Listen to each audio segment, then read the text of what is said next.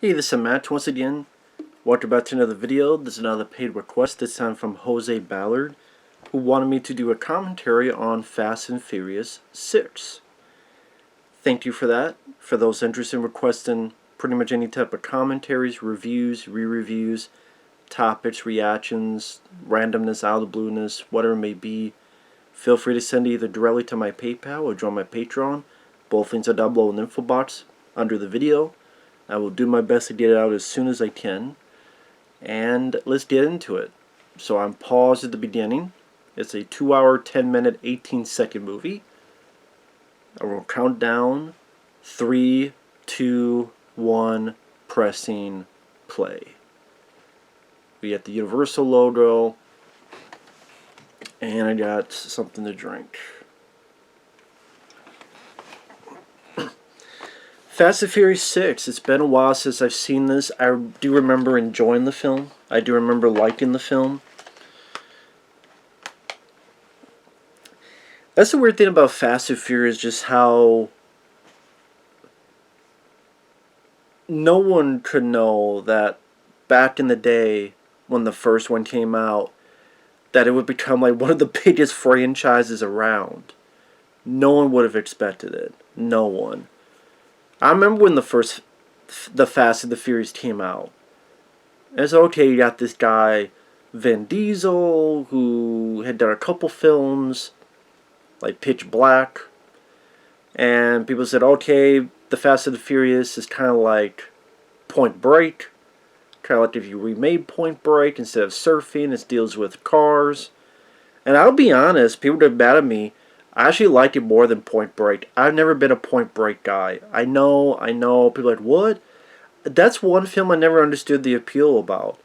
When I think of Keanu Reeves, I think of Speed, Constantine, the Matrix films. When I think of Patrick Swayze, I think of Ghost, Roadhouse, Uncommon Valor. But, yeah, I always liked the Fast and the Furious more. And then I remember around 2003, you had Too Fast, Too Furious. That's a film I saw in the theaters and really enjoyed Too Fast, Too Furious. That's actually one of my favorite entries in the series. And Too Fast, Too Furious, Paul Walker got the star of the film. Vin Diesel said no.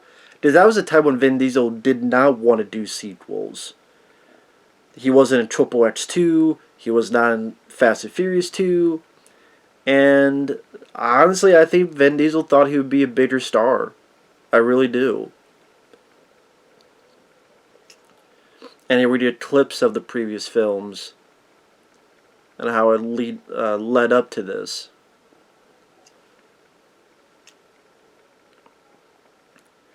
And like I said, it's interesting how this became like a car movie. And now it became much bigger to the point that they literally did go into fucking space in F9.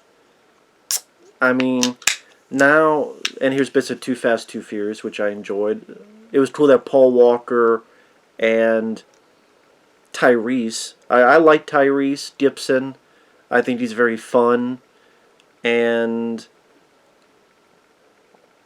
him and Paul Walker, I thought, worked rather well together.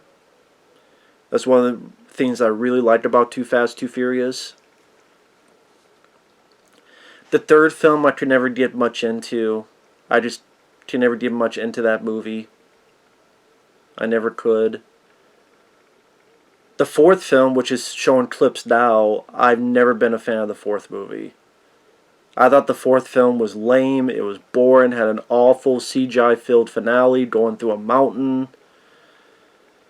It's like going through a mountain, and it's like all fucking CG dirt and crumbling. That's why I'm like, maybe that's why they didn't show much of that movie. And they showed much more Fast 5, which I think is the best one, Fast 5. And that's where you introduce Dwayne Johnson, The Rock, as an agent going after these guys. And that's where Fast 5 is where it became less about the cars and more about other different types of action bits. I think it expanded the franchise. The Rock was a good asset to have in the film. I actually liked his character in Fast 5, and same here in Furious 6.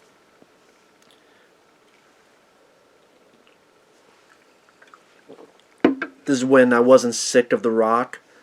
Because The Rock was, even at this point, wasn't in every fucking movie you turn around. Playing the exact same character. Here, at least, he felt like a badass tough guy. Dwayne Johnson did. Felt like a guy who was rough and tumble, ready to fuck your shit up. Wasn't winking at the camera every 5 minutes. I forgot Gina Carano was in this. There's Gina Carano right there. I forgot about that. Of course, Gina Carano did a good job in The Mandalorian, then they fired her for stupid bullshit reasons. Because she made a post and people misinterpreted what the fuck she said. So, cancel. I'm like, did you want to have a conversation? What she meant by it? But no, we got freaked out. Which they fucking did. But yeah, Too Fast, Too Furious I enjoyed.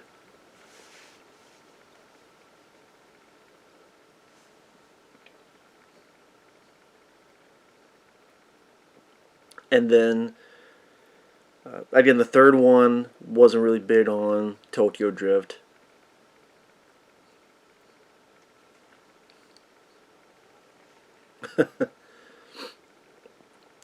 See, right here to show how tough Dwayne Johnson is.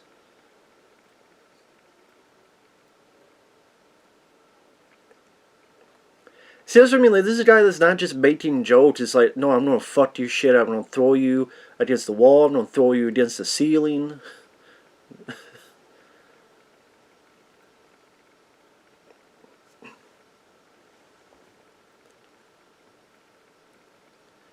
And in a way, when they did Hobbs and Shaw, I will admit, the character was changed a little bit. He was a little bit, I don't know, that's a film that I don't hate. I'm sorry, I can't hate Hobbs and Shaw, but that's a film that should have been much better. And at the end of the day, it's a disappointing film. That's a film that should have been like a 4 out of 5 star kick-ass movie. At best, it's a 3-star film. Maybe 2.5. I mean, that's what I mean. It's disappointing. It's a disappointing movie. But I'm going all over the place. So I like the first two. Really like Too Fast, Too Furious. I think that's fun. Third one was never my cup of tea. The fourth one I think is the worst. I hate the fourth film. I do. I absolutely hate the fourth movie. I think it's a garbage film. The fifth one I think is the best one. This one I think is rather close. This or the second film are probably my second favorite. 7 has a lot of issues. To 7 is when Paul Walker passed away. And from what I understand, the original plot was going to be more focused on Paul Walker's character, but then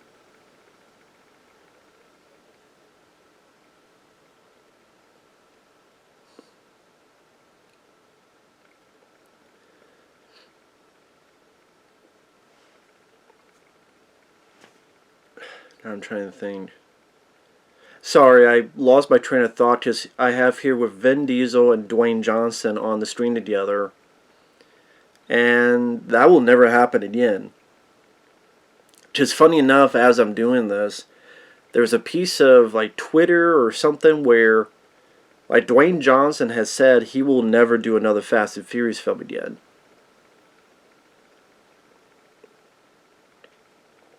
Like, he will never do that again.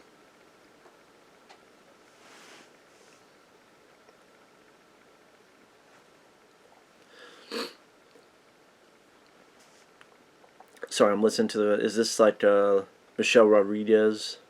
It's been a while since I've seen this. I think this is Michelle Rodriguez, and she's still alive.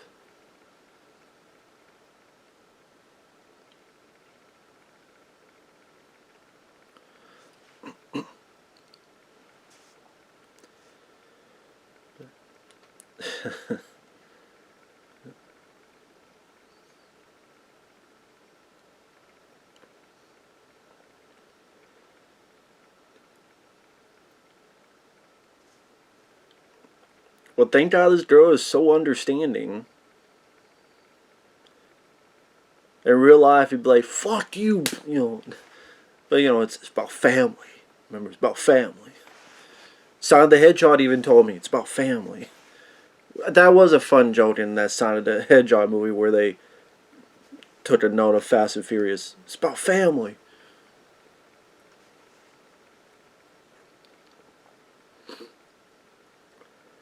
But yeah, what I was saying is Dwayne Johnson said something on Twitter like he will never do a Fast and Furious again. They did like a snide remark to Vin Diesel. Because I guess, I don't know if it was on 7 or somewhere along the way, these two just hated each other. I think this is what happened. This is my guess. Vin Diesel, this is a guy, and bear with me on this, it'll take a while. I love Tyrese Gibson. He brings a lot of joy and fun into these movies. He's silly, he's goofy, but he brings a lot of fun energy to these sequels. Which I know there was that one thing where he had a meltdown because Dwayne Johnson had his own film spin-off. But he was going through a lot of issues with, you know, his kid and all that stuff, so oh well. But you look at Vin Diesel's career. Pitch Black, good movie. You look at other films like Find Me Guilty is a solid film. I wish he would have done more movies like that, but the film did nothing. You know, he did films like A Man Apart, film did nothing. He was not really finding a box office hit until you had Triple X. New type of James Bond with extreme sports. Okay, nice hit. Could be potential franchise. He doesn't do the sequel. Now, Brad, if he did do the sequel, would it be good or not? Would he have maybe put some changes into it that would have made it worth the shit? Who knows? And there's Sun Kane and Gal Gadot, which I forgot. I keep forgetting Gal Gadot was in these movies. And that's why I'm like, well, she wasn't that impressive in these movies.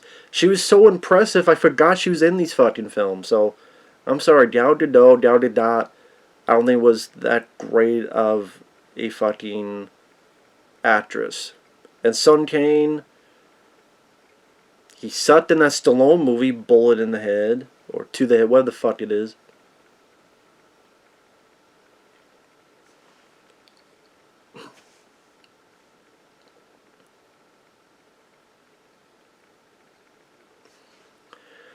But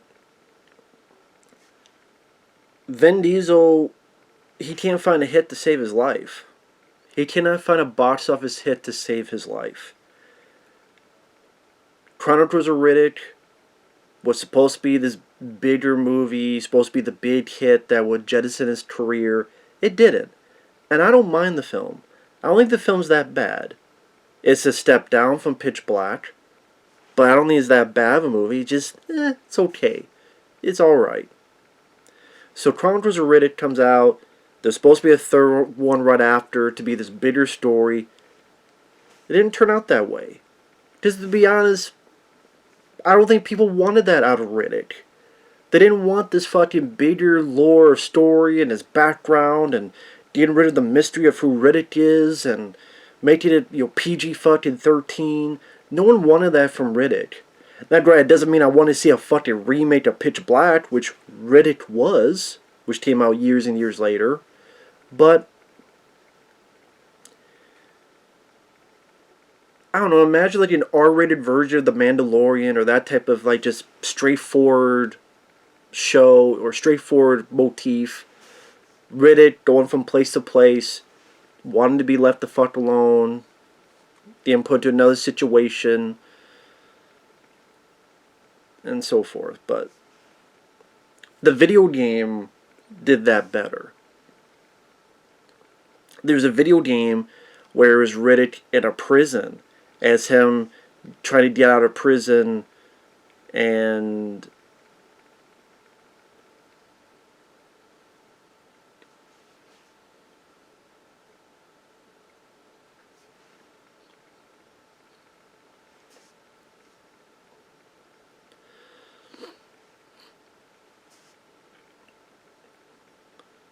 Sorry, now I get lost into the film, listen to the dialogue, because it's been a while since I've seen this.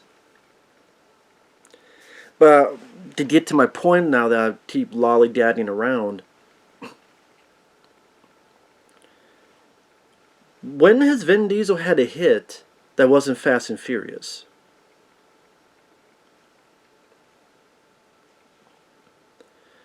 The first Triple X was a hit.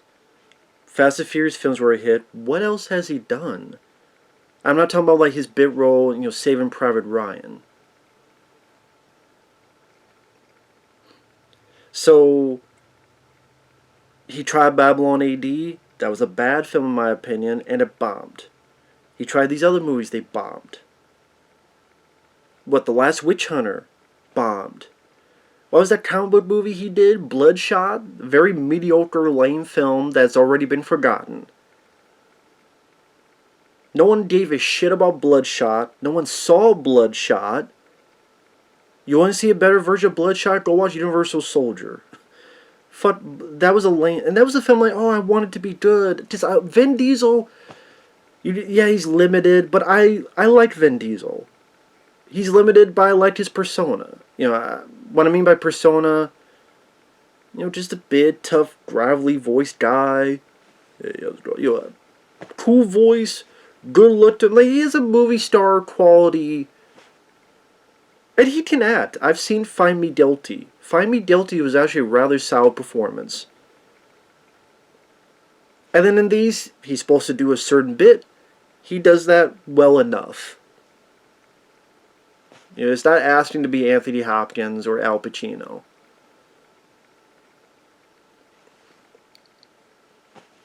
But Vin Diesel, I don't hate. I like it for what it is. I do.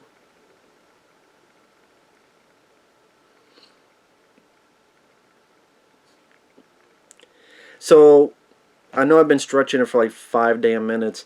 My point is, Vin Diesel, all he has left in him is the Fast and Furious movies. That's all he has left. Riddick in 2013 was a lame remake of Pitch Black. It wasn't that good of a movie in my opinion. Some people liked it. I thought it was rather lame. Again, you didn't need to do a remake of Pitch Black. That's what it was. Where Riddick himself disappeared for like 30 minutes of the fucking film. At least that's what it felt like. Last Witch Hunter didn't do anything. Bloodshot, like I said, lame and mediocre. So again, what else does Vin Diesel have? Fast and Furious.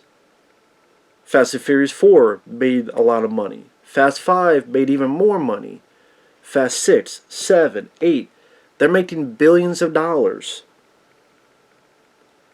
So now you get Dwayne Johnson, The Rock coming in, and people are talking about him. Because he's a good asset.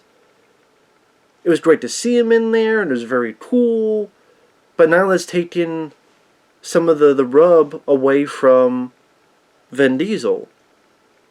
Vin Diesel's the star of this film, but, he's been in 1, and he did a cameo in 3. He was in 4, and 5, and 6, and blah. So, Dwayne Johnson comes in, and Dwayne Johnson is getting more movie roles. He's becoming more of a movie star. He's getting this and this movie. He was in the Jumanji films. He was in that film Red Notice. Now he's, I think, scared of getting this, not being the top dog. And if you have to be honest, Dwayne Johnson has been more successful in movies, not by taste, because I think a lot of The Rock's movies have sucked, but, success, box office wise. I mean, Skyscraper didn't do that well, but I like Jungle Cruise. I don't know how that did. The Jumanji sequels did very well. Central Intelligence I liked. I think that did decent business. And then to the point that he got a spinoff, Hobbs and Shaw. I think that really went into some type of hype, which is ironic because Hobbs and Shaw did nothing when it came out. Hobbs and Shaw, all this hype about it. Because, hey, you got Jason Statham, you got Dwayne Johnson. It came out, didn't do much of anything. Because it was sadly a mediocre movie at the end of the day. It should not have been mediocre. I can watch as a mediocre time waster, but it should not have been a mediocre time. I can't get mad about it. I can watch it. It is what it is, but it should have been so much better. That's why you don't have Hobbs and Shaw 2, 3. Believe me, if it did gangbusters like they wanted, you would have had like a sequel and an announcement of a third film. But yeah, Vin Diesel was afraid to not be the top dog anymore. This is the only franchise he has left. Once Fast and Furious is done, what else does Vin Diesel have? Bloodshot 2? Last Witch Hunter 2? Trying to do another Riddick film? That's why you keep hearing he wants to do, oh, I want to do Bloodshot 2. He wants whatever he wants. The guy who did not want to do sequels, okay, fine, I'll do one for Riddick, Chronicles of Riddick, but then that didn't do as well as they hoped. And then him and The Rock had friction on set. And bounced back of words. And then Rock is like, I don't need your fucking franchise anymore. And as much as I'm tired of seeing The Rock, it is true, he doesn't need the like, Vin Diesel needs Fast and Furious franchise. Dwayne Johnson doesn't. I mean, Red Notice, I think it's a lame meh movie. I didn't rant on it, but it's like I thought Red Notice wasn't that good. It did very well on Netflix. I'm like, well, I think the sequel to Hitman's Bodyguard was a better movie, but again, it did well. Now here's Luke Evans as our villain. We have Ludacris, Chris Bridges as... It's funny, there was another guy in the first Fast and Furious. Who was in the first Fast and Furious? I'm trying to remember. And they tried to get him back for the sequel, and he said no. I forget who it was now. But then he didn't come back for the sequel, so then they got Ludacris. And he must have been, like, thankful every day that other guy said no. Because, man, all the money this guy made from these movies, let it fucking rain. But yeah, the plot here, you have Luke Evans as Shaw. Of course, his brother, you find out, is Jason Statham. And that's, when I was getting to part 7, that's when things really went into kind of hit a wall. Because Paul Walker sadly passed away. And before I get into that, because, I mean, we got enough time. I mean, I could go verbatim on screen, but I enjoy the film because I enjoy the cast, I enjoy the action scenes, I enjoy that a lot of it is done practical on camera. I think the cast worked for their roles. Tyrese, Vin, Paul, all that. Like this, all this like blowing up of these buildings, and I like these, almost said go-karts, but flat. I think the vehicles look really cool. Really cool and fast as fuck. Like that wide shot I'm sure is CG, but like, a lot of this done for real in camera. It's like the safe scene at the end of Fast 5. How, wow, there's a lot of big practical work being done. And you know what? Fast and Furious kind of proved that there are people that do just want to enjoy a big, dumb, fun action movie. People know these movies are dumb. People know these films are over the top. Granted, I think they jumped the shark where they got to like part 7 and such, but people still, people do enjoy escapism. Escapism entertainment. And we knew that back from the 80s with Commando and all these other movies. And it's like, okay, like that's a great car flip. Massive, done for real in camera. That's another great car flip there.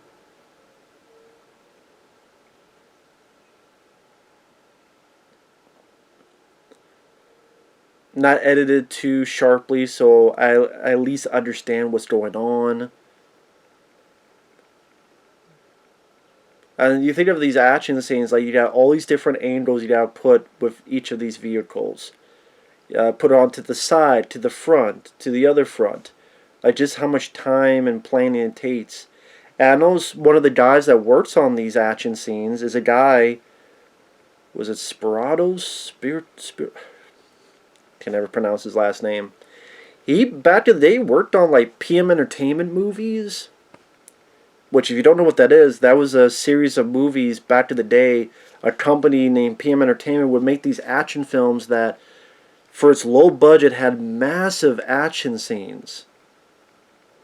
Whether it be Steel Frontier or Zero Tolerance with Robert Patrick, Last Man Standing with Jeff Wincott, not the Bruce Willis one, but the Jeff Wincott one. This was one with Michael Madsen and Roy Scheider, where Roy Scheider played the president and Michael Madsen has to protect him. Whereas there's like 85 car crashes throughout that damn film. And they may be low on plot and whatever, but man, the action really satisfied you. And then also would work on... Maybe he didn't work on PM Entertainment. I could have sworn. I think I just fucked that up. I know he worked on Maniac Cop 2. Like, some really well done action scenes there. Maybe he didn't work on PM Entertainment. Maybe... I wish I could find out all the films he worked on. I should have looked that up before. If not, I apologize, and I just wasted people's time, but it gave me a chance to talk about PM Entertainment. Just that's what it reminded me of back in the day when you see those PM Entertainment films where, you want to get the action that you paid for. And I think that's a lot of these Fast and Furious do that.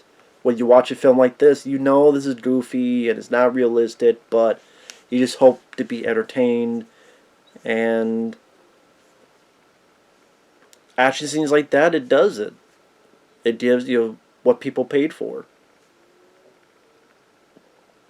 And no pun intended, it's fast paced.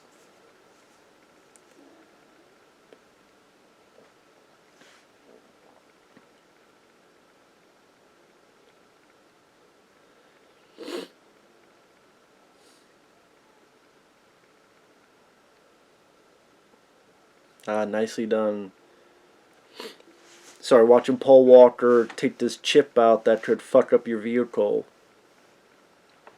And before I go further, let me talk about Paul Walker.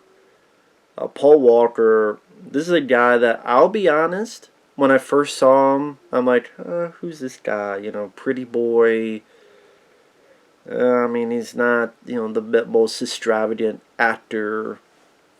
This is like around the first Fast and Furious.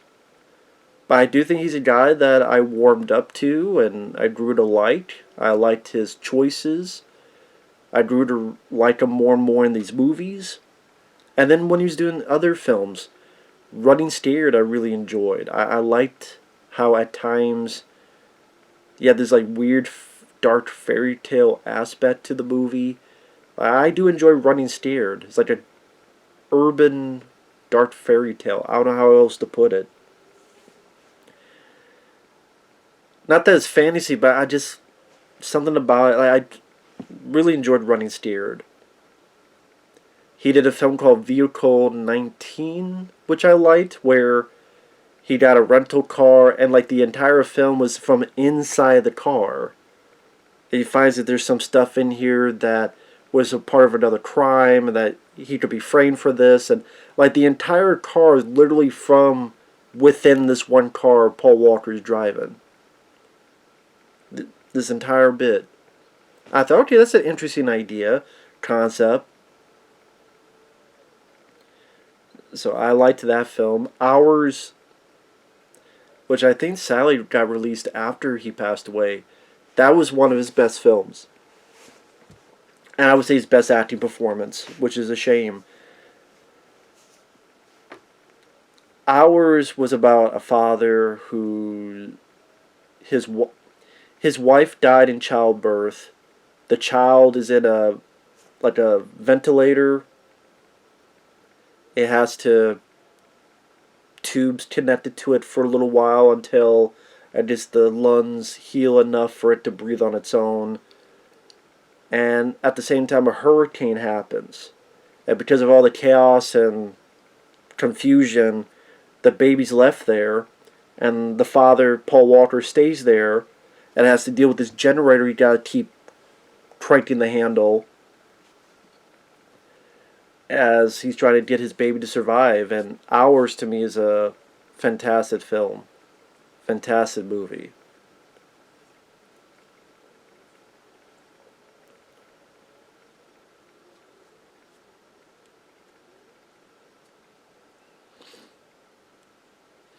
And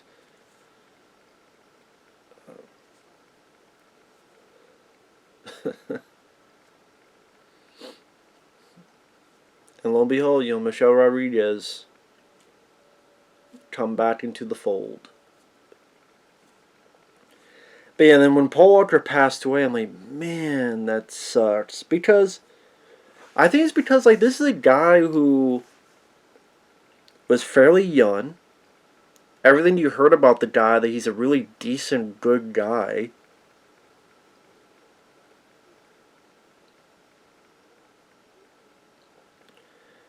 And that people liked him and he cared about people.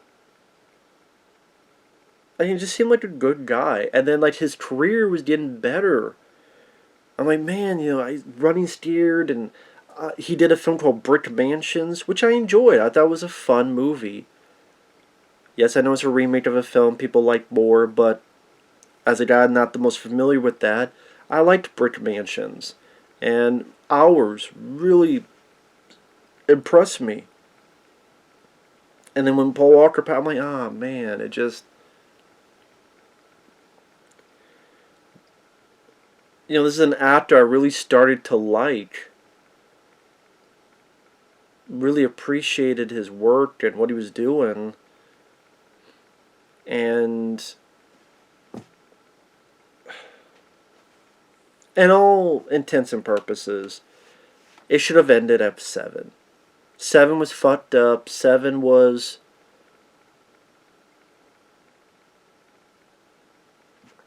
They had to rewrite stuff and re-edit stuff and put like CG Paul Walker, and just a weird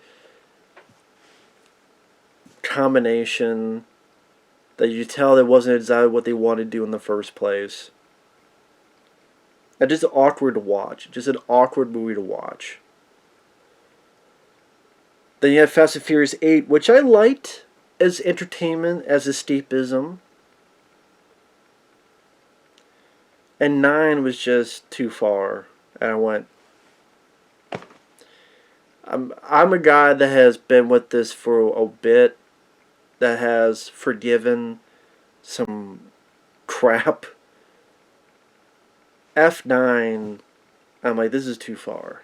This is too much. Just be done with this fucking franchise. And then they want to do Fast and Furious 10. Fine, you make your fucking 10, you be fucking done, and you never touch the fucking franchise again. There's that franchise in these 10 goddamn movies.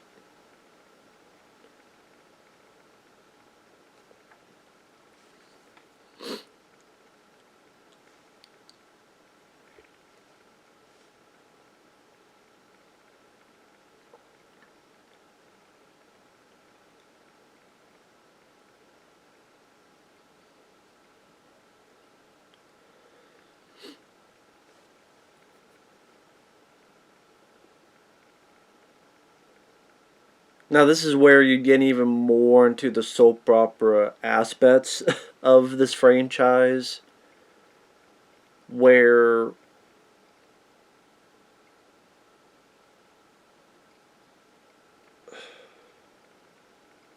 how do I put it? Like this, you kill off Michelle Rodriguez in 4, and then you're like, well, nah, let's bring it back in 6. And then now as you get into that, nah, never mind, that didn't happen. Nah, never mind, that didn't happen. Nah, never mind, that didn't happen. You know what? You want to do that once. It's like, okay, it's very soap opera-ish. Or sometimes maybe Jerry Springer-ish.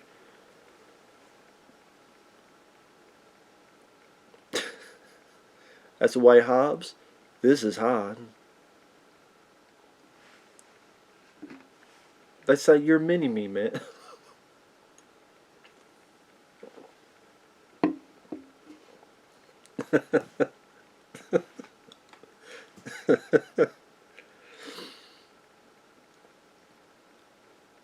I'm laughing because Tyrese, he's looking at the bad guy's photos. It's like, man, it's like a version of us. And he looks at the girl. Hey, Brian, when did you take this picture? And Paul Walker's smiling. He does this. It's like, come on, man. You know you're the prettiest blonde around here. And that made me laugh. It was sincere. Like Paul Walker, it's like almost as if there was an ad lib and Paul Walker was genuinely laughing about it. But I know Paul Walker and Tyrese were actual like close friends, and I know Tyrese was hit very hard when Paul Walker passed away, and it's just sad because that's like a genuine moment between those two guys, and rest in peace to Mr. Paul Walker.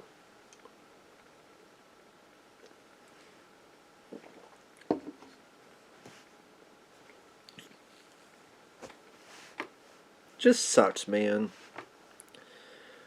You have so many pieces of shit, pieces of trash human beings still wasting our fucking air on planet Earth.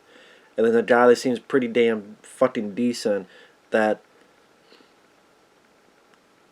could have brought a lot more entertainment to the world. I'm not saying he's fucking Al Pacino, Robert De Niro, Leonardo DiCaprio. I'm not saying he's the next, Stallone, Schwarzenegger, Van Damme, action guy. It's not like, Paul Walker's one of my top 10, top 50 favorite actors of all time. It's like, this is a new guy, going up the ranks that I enjoyed. Was liking, seemed like a good, decent guy. Making more and more movies like Vehicle 19 and Brick Mansions and Hours that I liked. Along with Running Scared. And I'm like, okay, let's see what he does next. And then, not the case. And then Fast and Furious 7, I like that they don't kill the character off. They let the character live. To me, that's a much more respectful way to do it than Ghostbusters Afterlife did with Harold Ramis. Let the character live on.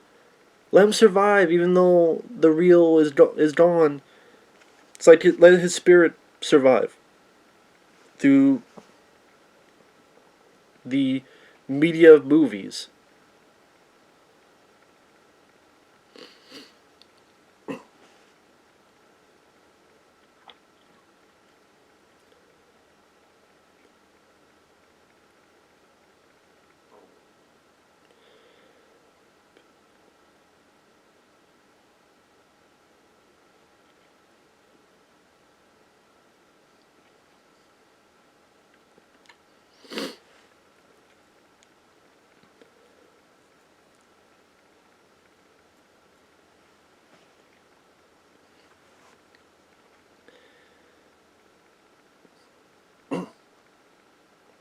I keep forgetting that Gina Carano was in this. I'm trying to remember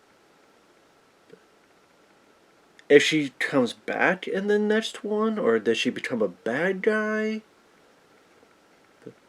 Yeah, because there's a fight between Michelle Rodriguez and Gina Carano. So I think she is like she does become a bad guy, I believe.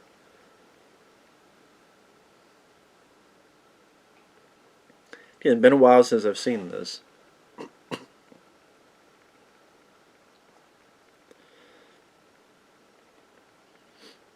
But yeah, I do miss Paul Walker. When he passed away, the franchise was done. And believe me, I've seen that sentiment many, many times where people go, when he was gone, the franchise is done. And again, Fast and Furious... And what I was saying before I get on that tangent, let me finish another tangent I was on, where it's the soap opera, oh, that didn't really happen. Oh, nope, that didn't happen. What happens at the end of... Was it this? Yeah, this film. Jason Statham kills Han and says, I'm coming for you. You fucked up my brother, I'm coming for you. Then you get to part 7, Statham's a villain.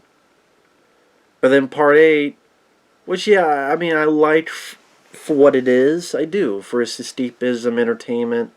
But at the same time, it's like, well, wait a minute. Now Jason Statham is not really a villain. And now, wait a minute, you killed Han, but then they're not really going that much detail into it. Not that I gave a shit about Han and Son Kane, but it just weird. I know this isn't really known for his writing, but even that was a bit too off the mark for me.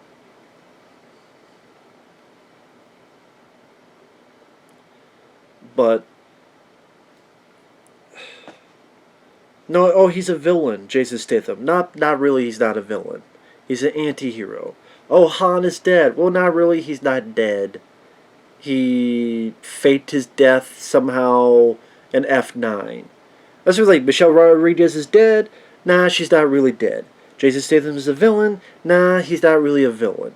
Oh, Son Kane is dead. Nah, he's not really dead.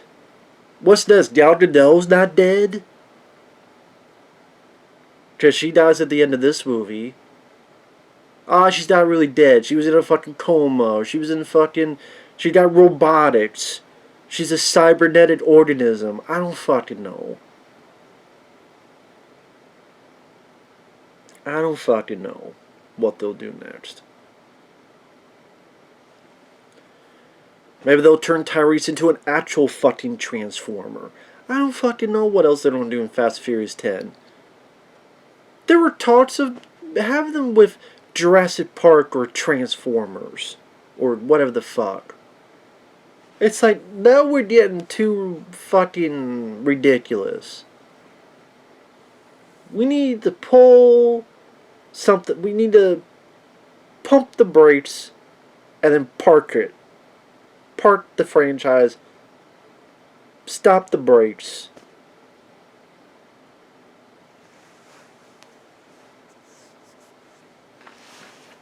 Son of a bitch.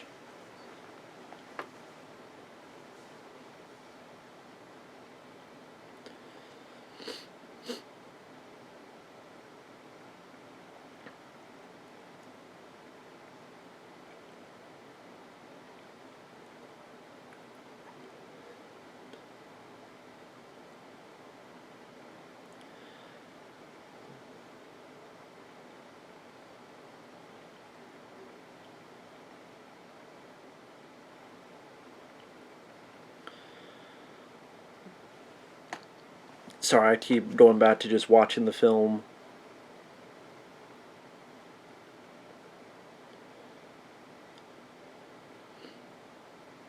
Stealing this guy, all this guy's shit for being a fucking asshole. Is this box just pink? Or maybe it's just the lighting.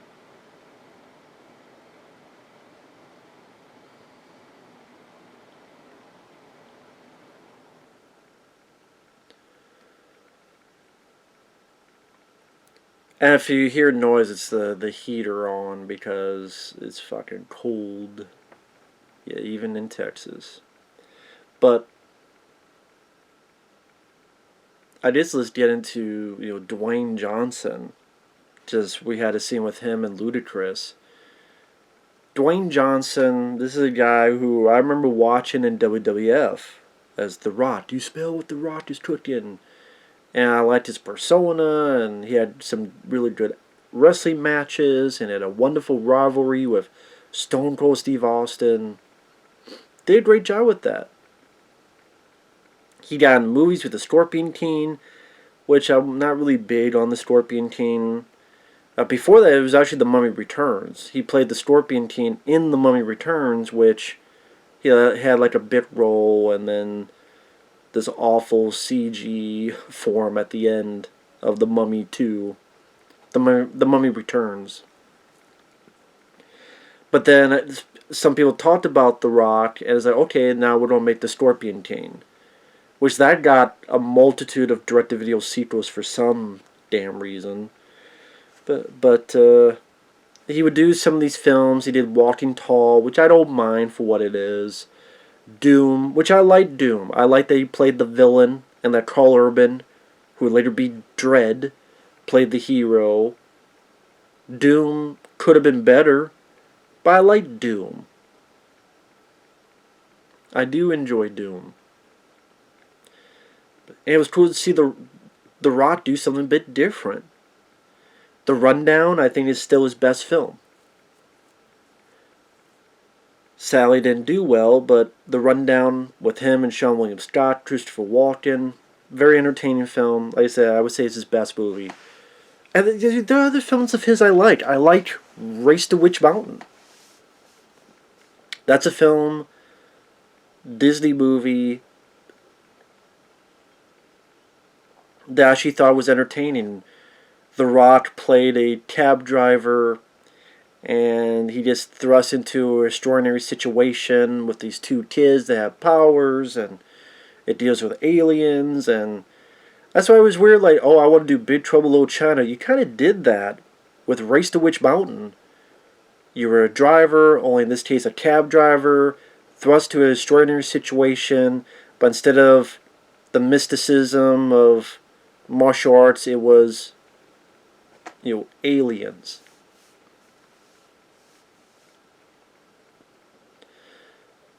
Maybe this is the fight I'm thinking of with Gina Carano and Michelle Rodriguez.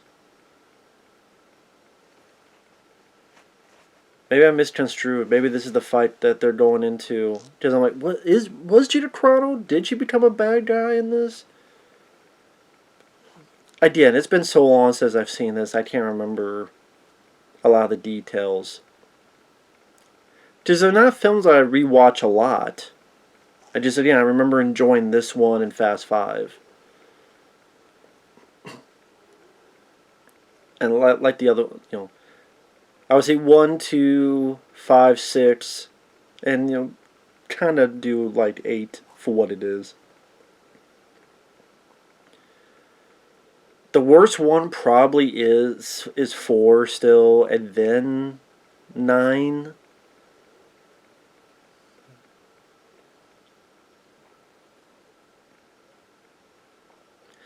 But yeah, Dwayne Johnson.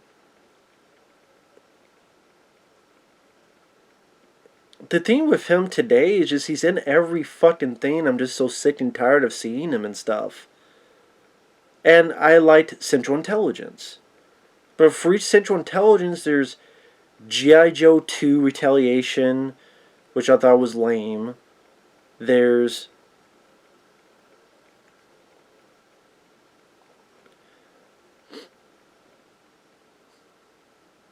what else was there? There was Skyscraper. There's the Jumanji sequels, 2 of them. There's Hobbs and Shaw, and they're either really lame or mediocre, or I don't buy Michelle Rodriguez kicking Gina Carano's ass. And I don't even hate Michelle Rodriguez.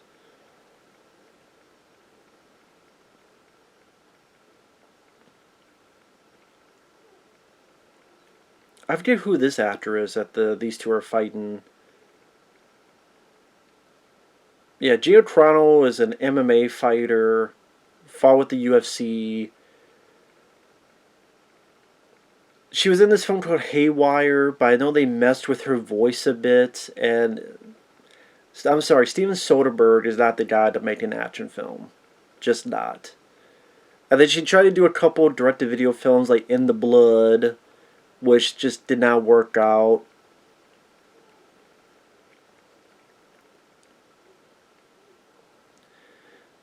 And then you had a few others, but like Gina Carano does well in this.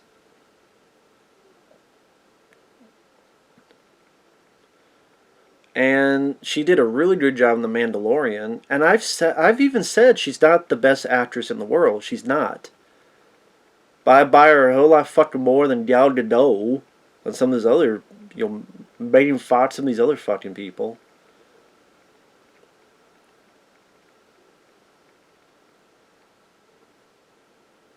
Man, these two just get their ass kicked by this. That's why I'm trying to remember who this guy. This guy looks familiar.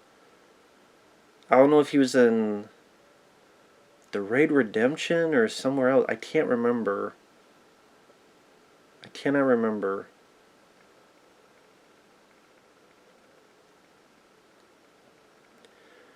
Yeah, that was a little Gina Carano. So maybe Gina Carano is not a bad guy. Maybe that was the fight I was thinking of.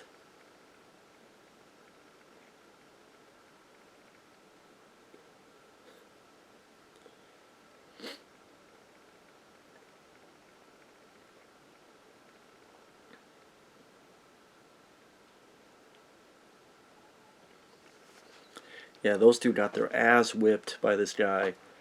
Yeah, I can't remember who this guy was. Maybe I'll recognize in the credits when they pop up.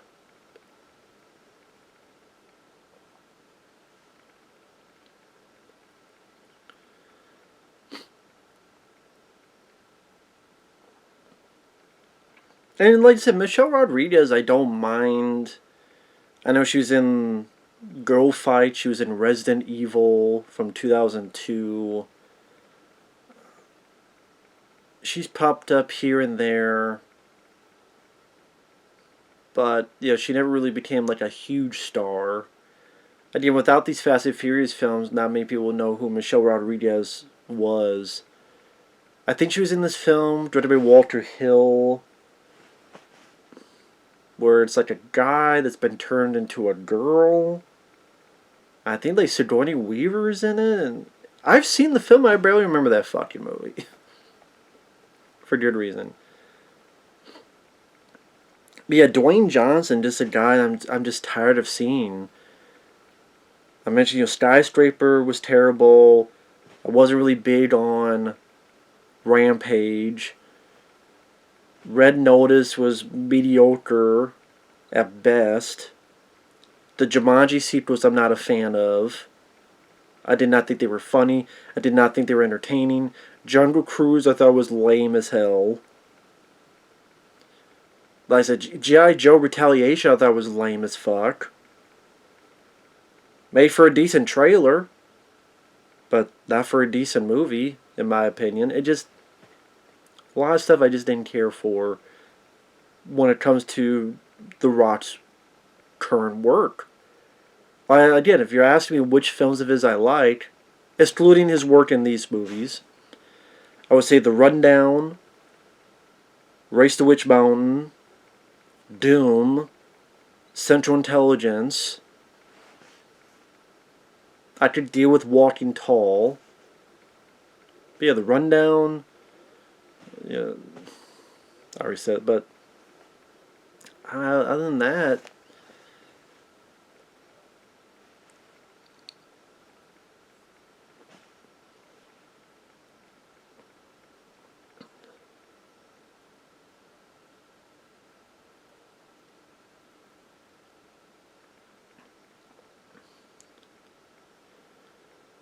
I think she is a turncoat. That's why they found out they were there.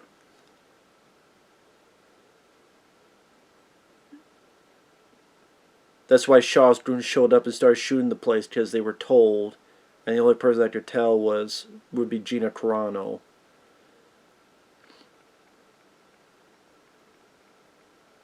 So yeah, I do think she becomes a bad guy.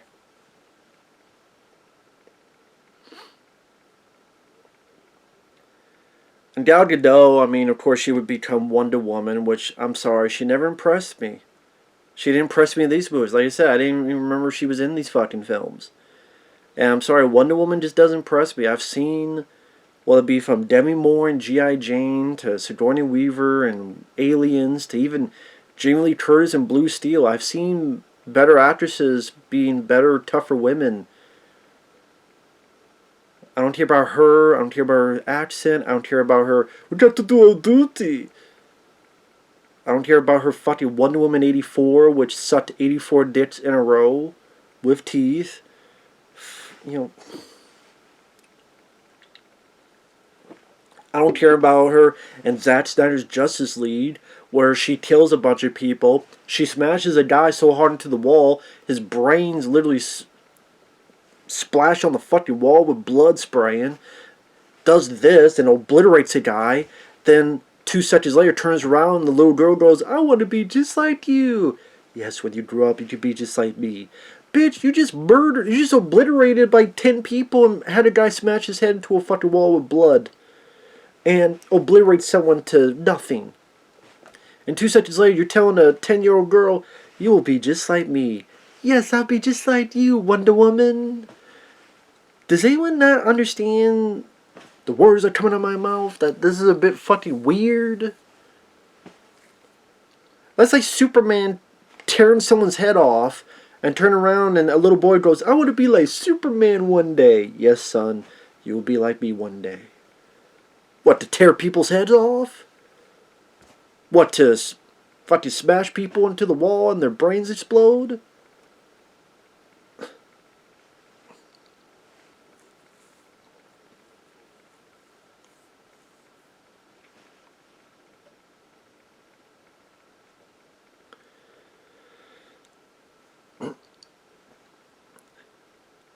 I mean, this is what was nice about Shaw. I mean, not Shaw. Hobbs. Is that he's very much a no-nonsense, tough, badass motherfucker.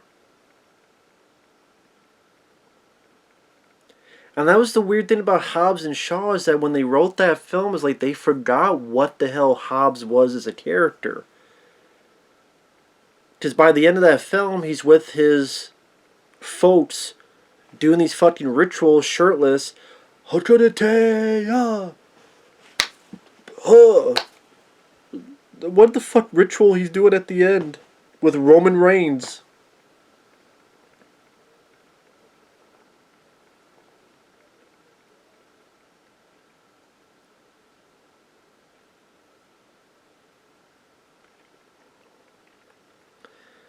Doesn't make any damn bit of sense.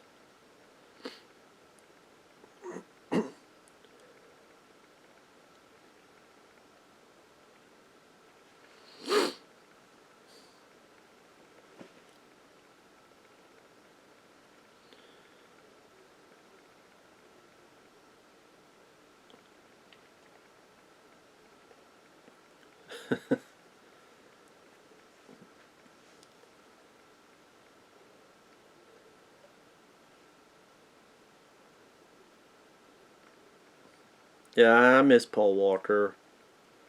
Like I said, I think he's a guy that got better as time went on.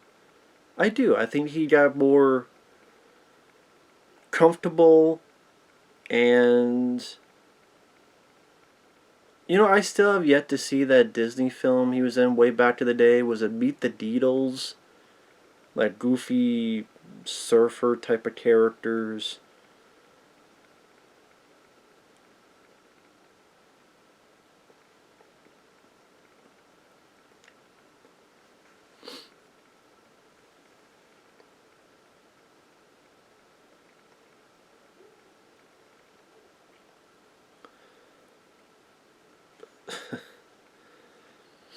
So we got Paul Walker getting himself arrested with the help of this guy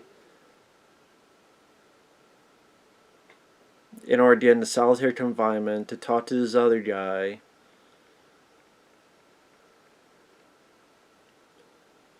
Pretty much trying to find where the Shaw character's at. Number one, to maybe pretty much define Michelle Rodriguez's character.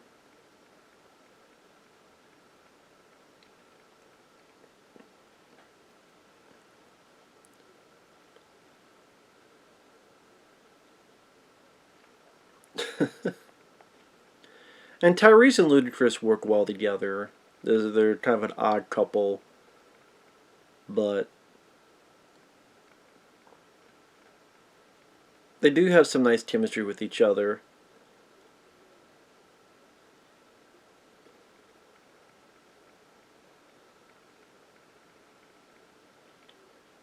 Does he? Yeah, I was going to say he was going to accidentally shoot it. Because I saw that big pillar in between. I'm like, nope, yep. I was going to say that that's why they had those actors by that big pillar. Because I was going to hit the wall of it.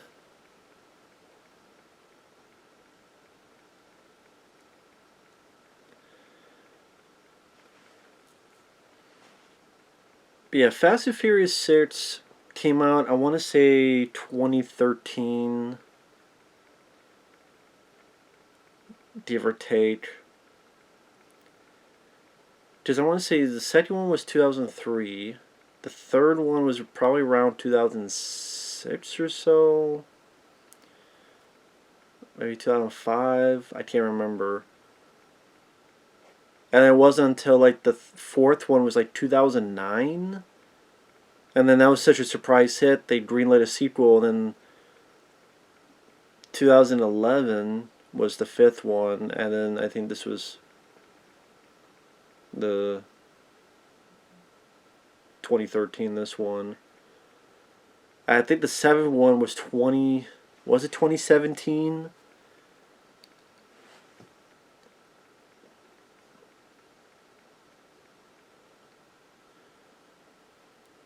That might, it was delayed because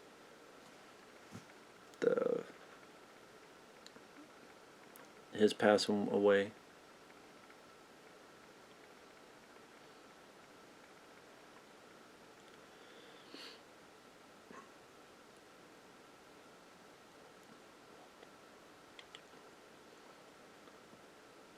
And of course, the guy tells him. Now, I still don't get why he tells Paul Walker. He just goes, well, you're a dead man anyway, so why not tell you? I'm like, you say, you know what, you're a dead man anyway, so how about you just kiss my ass?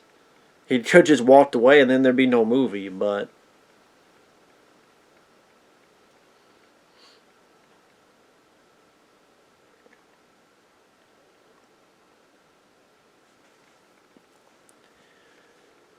So Shaw is the reason what happened to Letty and how she died.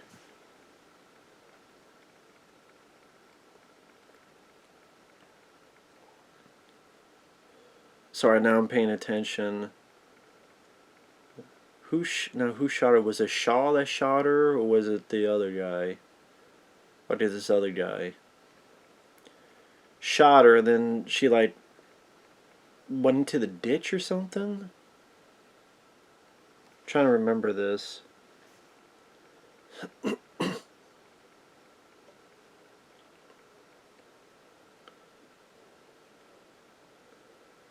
No, he decides not to shoot her, just to blow up the car.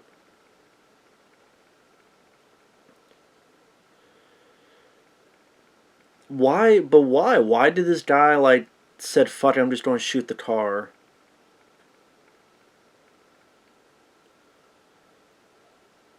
It's like this other bad guy, like, why? Why? Yeah, there's a lot of times you just kind of ask why. Like, why did that one guy not shoot the girl? Why did he shoot the car? Why is this guy telling Paul Walker everything? He could just say, kiss my ass, tough titty, I'm going to go sleep in my cell. Here we did Paul Walker do some stuff at least. Each character get an action scene. Which is true, because you had Dwayne Johnson have that little fight near the beginning of the film, and interrogation. Vin Diesel beats someone up to try the information at that pawn shop here with Paul Walker. I'll stab you with this tea! It's a shiv, I know, it's a shiv. Just for a split second, it looked like someone had a tea. But it's a shiv, yeah, I know. Shiv. Now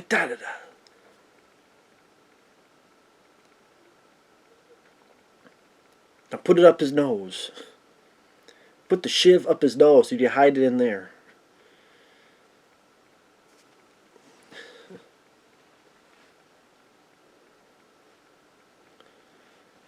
Let's see. Damn. fast cars, hot women, and sometimes just the bare essentials you want to watch, man. I think that's another thing. It's like, you know what? Sometimes people just want to watch action, girls, cars. But, Hollywood forgets about that audience.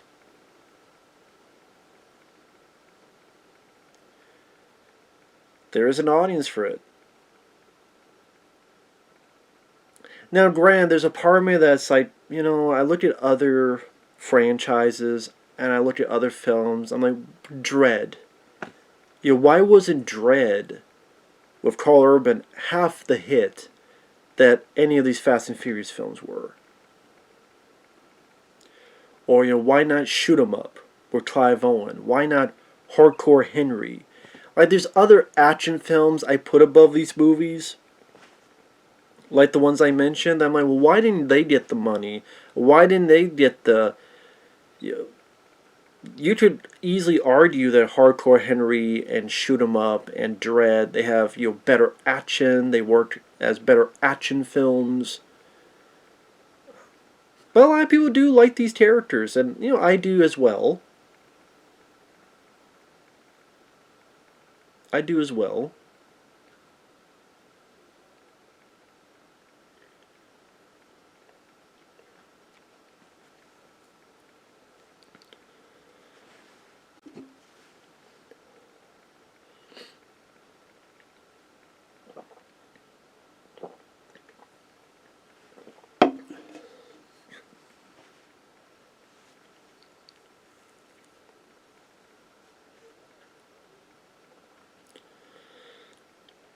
No, she does remember.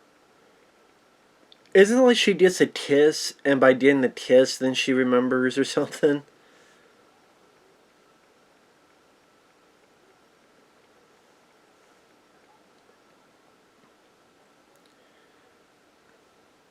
She looks like a hooker, this girl. Maybe she is a hooker. Not that that's a bad thing.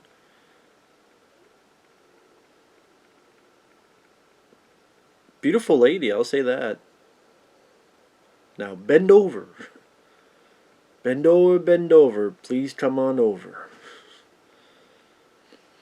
And of course, I mean, you gotta think back to your roots. So there's gotta be a car chase. There's gotta be driving somehow, some way to get a pink slip or get the slip for the car. Because at the end of the day, that's what these films were about. It just with Fast Five and more, they became bigger plots that scanned different countries and saving the world type of bigger agendas. Which is understandable, because if you try to go for a franchise too long, do you just keep remaking the same thing over and over again? And that becomes in the eye of the beholder, whether it works or not. There's some people that don't like any of them. I can understand. There's some people who only like the first three. Okay.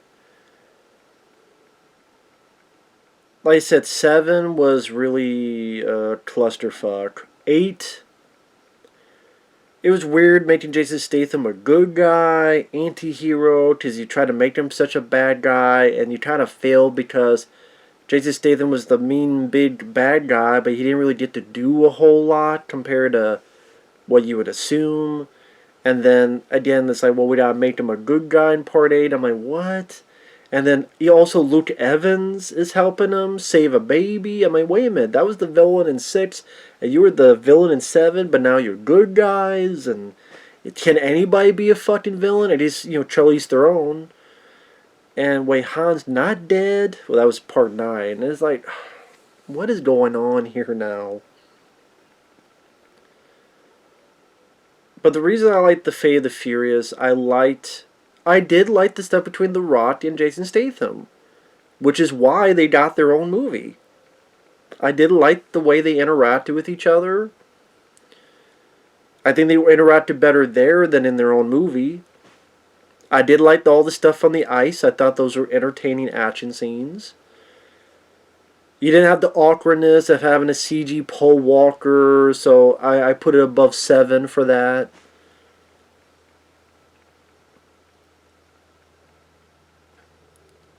Charlize Theron, I don't mind. And she actually seems like a villain.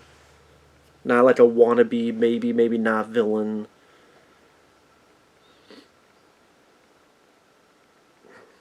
But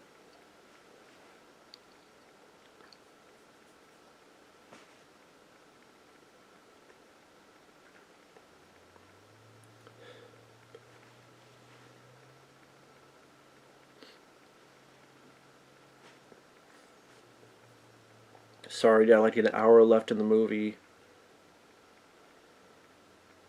Here we get this bit of lovey-dovey stuff.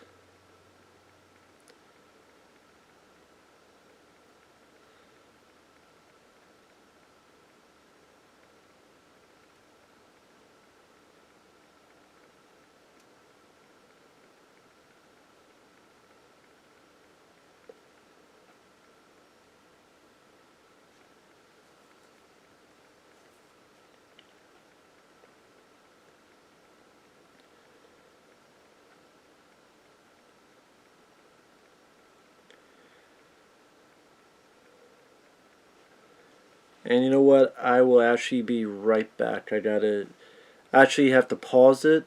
I gotta get some stuff done real quick. So I will edit this together and be right back. Hey there, sorry about that. Had to get some stuff done, and I am paused at 1 hour, 10 minutes, and 57 seconds. And I'm going to press play in 3, 2, 1, now. Some kid trying to show off lost control of his car. Wiped out right next to you. You're lucky you didn't lose your arm. I don't know why I think Vin Diesel talks like that. No. I was the kid showing off. And Vin Diesel doesn't talk like that, so I don't know why I'm talking like that. But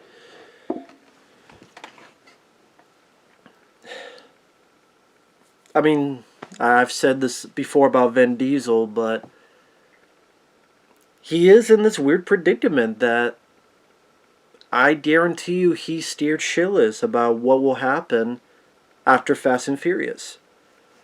I'm like, well, I guess he's hoping to make enough money that he's probably not going to get a lot of jobs. Or he will, and they'll because they're hoping for the Fast and Furious money, but then it'll just bomb or not do as well, and hopefully he'll save enough money to have it not matter. Because even like when they did the third Triple X movie, Return of Xander Cage, I was looking forward to that. Because I liked the first Triple X film. I'm like, oh, that's cool that... How do I put it? It was I liked the first Triple X from 2002. That's the film he got after the Fast and Furious. So he had 2 box office hits in a row. 2001 Fast and Furious, 2002 Triple X. What's he going to do next? I think that's when he did Riddick. The Chronicles of Riddick in like 2003 or 2004. Might have been 2004. But, and then that kind of... But it's all cool. He's coming back as Xander Cage. He's not dead. They didn't kill him off. He's still alive. Cool. Because when Triple X 2 State of the Union came out, they had this stupid thing on the first Triple X DVD that, oh yeah, well, someone killed him, and there was an explosion, and there was a flap of skin that fell, and it was like the tattoo of Triple X on the back of his neck. I'm like, why would they do that? That's fucking stupid and insulting. It's like they were so butthurt that Vin Diesel said no, that they went that route. But then, all cool, he's coming back, but the return of Xander Cage was such a lame duck fuck of return, man. It truly was. It was like a wannabe Fast and Furious film. He might as well be playing Dom in that movie and not Xander Cage. The way he acted, the way he performed. Like, as Xander Cage, he had like a lot more energy, and he was still playing a different role compared to Dom. And it was a solo. That's why it was like a James Bond type of movie. That's what the whole point of Triple X was, that with these James Bond, we can't do the James Bond thing anymore. So let's get someone who's into more of the newer stuff. In this case, it was extreme sports, at least for 2002. So you have a guy who knows these type of extreme sports, and you could play on that. Oh, that's old hat. Oh yeah, you think that's old hat? These dudes that were motorcycles or surfing or all this other stuff, and it still got it. But no, he needed a fucking team. Just Fast and Furious was a hit, it needed a team. And guess what? The film came out in like January and it bombed. I know people said it made money overseas, but it must not have made enough money that there's no sequel. If it was that much of a game buster of a hit, they would have made a sequel. And there's no talks of it. Vin Diesel wants to say there's going to be another Triple X, and another Riddick, and another Bloodshot, another Last Witch Hunter. Which, why the fuck would anyone want to see a Last Witch Hunter 2 or Bloodshot 2? It's him saying all this stuff because he's... Maybe one of them would get made. Maybe a Riddick movie would get made because people remember Riddick, the character, and nostalgia sells. So if any of them gets a sequel, at the end, it'll probably be Riddick. Even though the last two films, Chronicles of Riddick and just Riddick, didn't really do that well. But it's the lottery. No matter how many times you lose, you hope you'll win this time. That's the whole thing with gambling. I say the lottery, but I meant to say gambling. That's the whole thing with gambling. No matter how many times you lose at gambling, you hope this time you'll win the jackpot. And that's what they do with a lot of this stuff, where you go, why are they still doing this? With this franchise or this, why do they still keep making sequels? Because they hope they'll hit the lottery. They hope that this one time they'll hit the thing and it'll be the jackpot.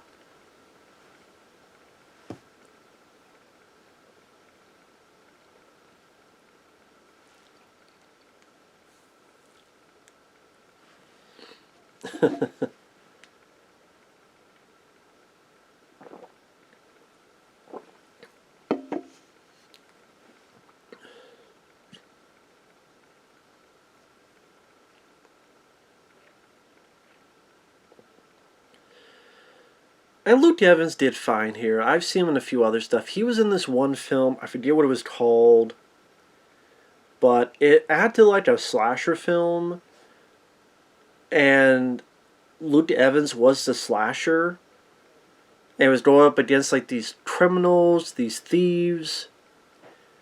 So it was like the bad versus the worst.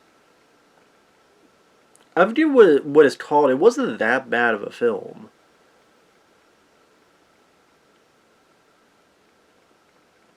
And it's sad that, Vin Diesel and Dwayne Johnson had this... It seemed more like it was Vin Diesel. Where, this is my franchise. This is my franchise. I'm the top dog. I need this. I got nothing else. I got nowhere else to go. They don't break my thumbs if you take me out. I got nowhere else to go.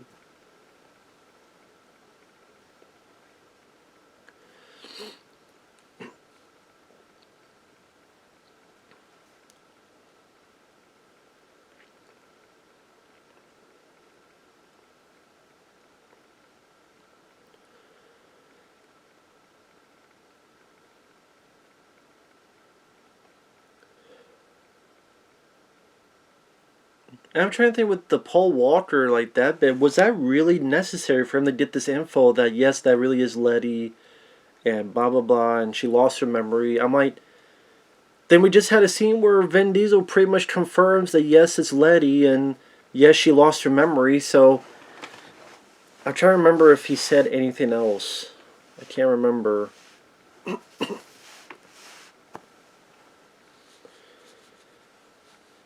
It is weird that Luke Evans lets her go on for this long. Because obviously she's a liability. Obviously she's a risk. And he seems like the type of guy that would just eliminate a risk of that nature. Just because you want maybe another poontang hunt. I'm sure there's many fishes in the sea for that.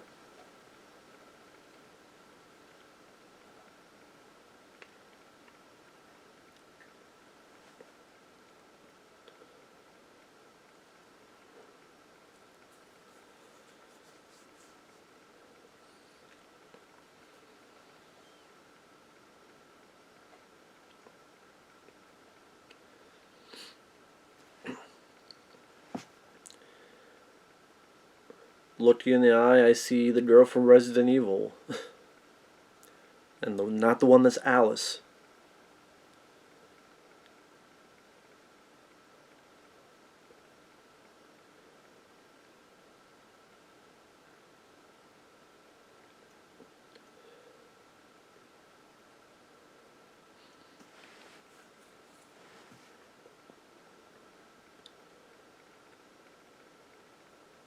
But it's one of those things that that would have been like the best thing of it. Expendables 2 is that, well, no one wants to be a villain in those movies, except Van Damme and Mel Gibson are willing to. I was going to say if you incorporate like The Rock and Vin Diesel in those, but again, that would never happen. Because everyone wants to be the star and they don't want to share the spotlight.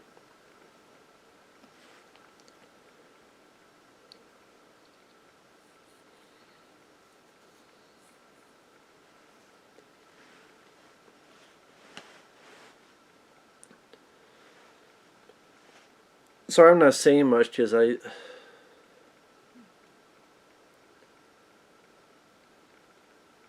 talked about Vin Diesel, I talked about The Rock, I talked about Michelle Rodriguez.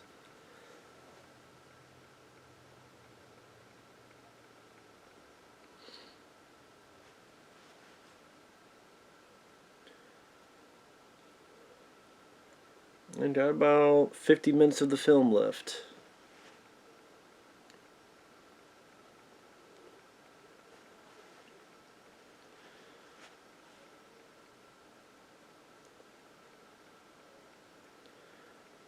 Anti-thermal low IR coating.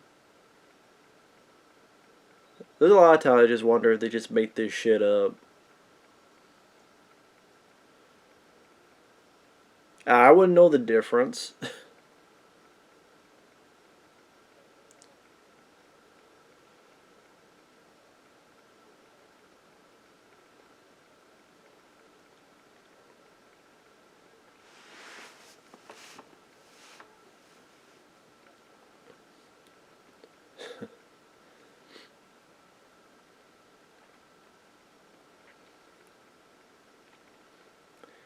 So we're going to a NATO base in Spain where they're going to steal some shit. The bad guy's going to steal some shit. For Espanol.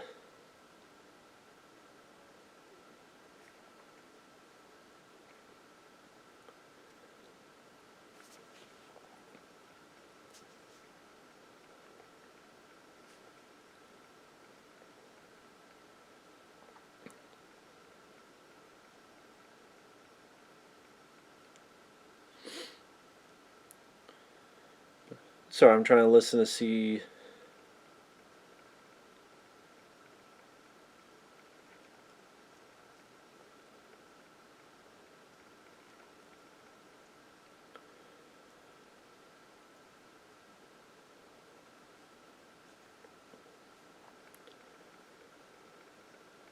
So, There really wasn't a point to go for all that.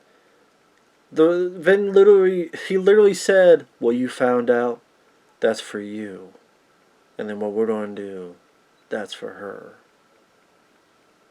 I'm sitting there going, so really, you didn't need any of that shit with Paul Walker getting into prisons, solitary confinement, having the fight scene, to find info that Vin Diesel already knew, everyone already knew, and just no, that was just for you to find out for yourself.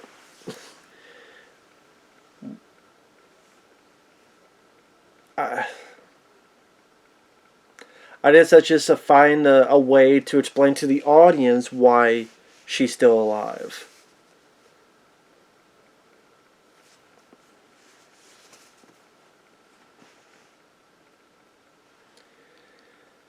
Sure.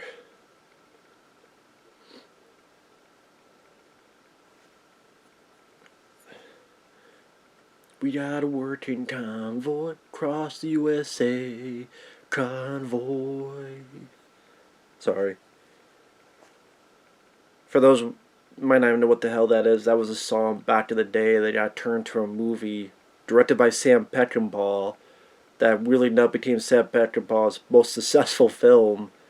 Even though when he was making it, he was like had a big drug problem to the point that some people say Chris Christopherson, the star of the film, actually directed a lot of that movie. But here we get another action scene as they're getting this convoy. But yeah, this Asian actor, I'm trying to remember like who this guy is.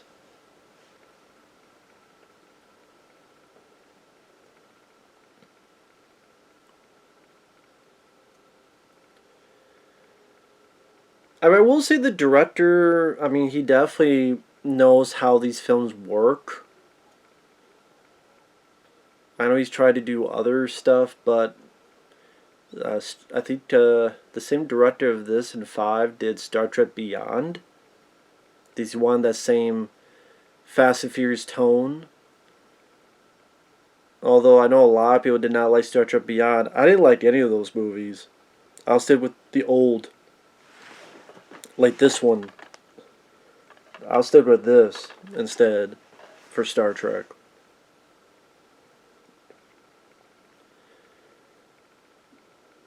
You want the new stuff, you can have it.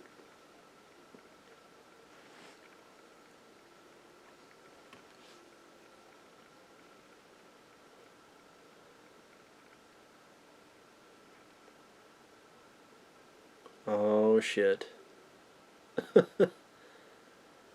Damn. That's some badass wire work. Titanium. I forgot. That's right. I forgot there was a tank. How could I forget there was a fucking tank?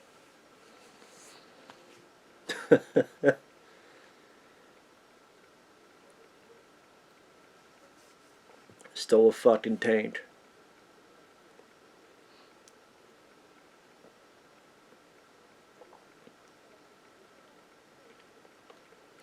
But that's the thing with each sequel is that they had to try to find a way to up the ante.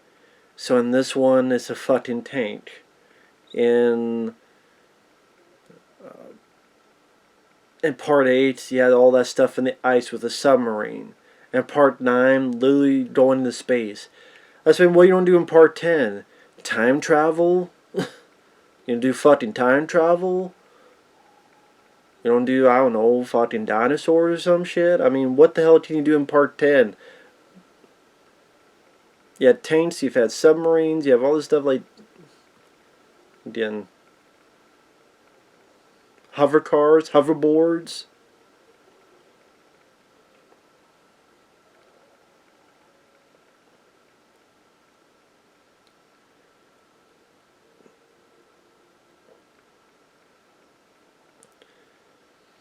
Nice job moving the...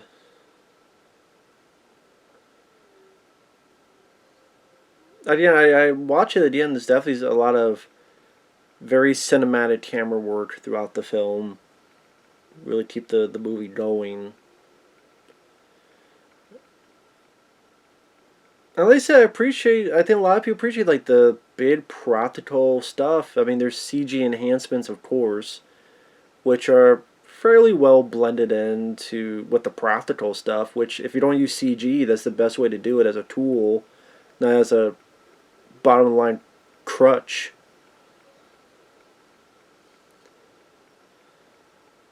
We don't plan, we improvise.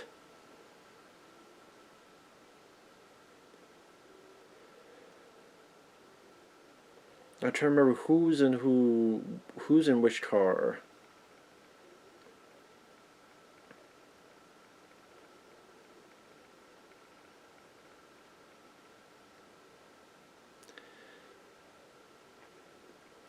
Yeah, I think Vin Diesel's in the. Okay, that's Tyrese is in the white car. I think Vin Diesel's in the red car. Let's be like, I mean, just be able to just total all these fucking cars. I mean, a tank is no joke. Is that something you get to see every day? That you get, this type of action scene with a tank. Usually a tank, for a war movie, but in this style, it's a bit more unique. Like, how many times do you have a tank go down a fucking highway, freeway, all that jazz? I think that the craziness is part of the fun of that.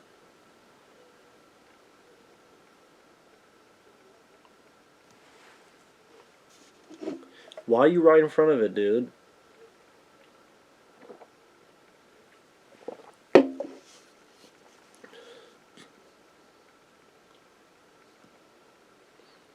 Quit thinking, though.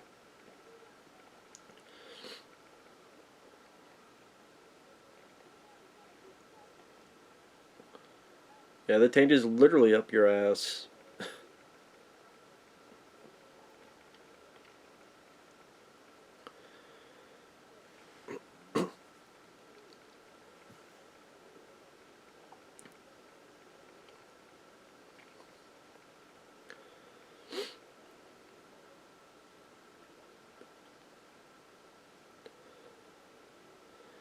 I mean, this is like GTA. What was it? Wasn't one of the GTAs you just steal a tank? I think back in the day of Grand Theft Auto 3, you just steal a tank. I don't know, it's been a while since I've fucking played those. But I know some of you did like steal a tank because you get so much stars on for felonies. Helicopters and tanks will come after you, and if you get lucky, just steal one.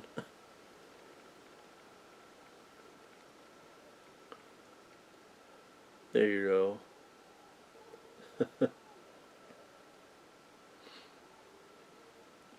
And that is escapism entertainment that makes it fun.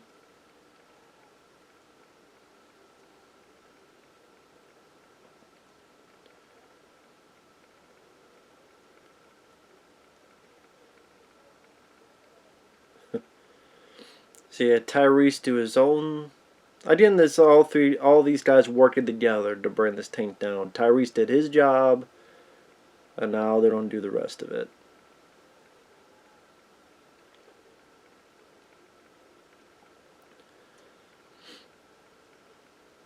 Oh yeah, this is the one, isn't it, where Bashar Rodriguez does, Vin Diesel does that insane jump. What that was I mean, you think that's when it goes too far, and then just no, compared to the future, not nearly far enough. And that's kind of the pickle it's in, so to speak. That's kind of the drawback that it's in. Is that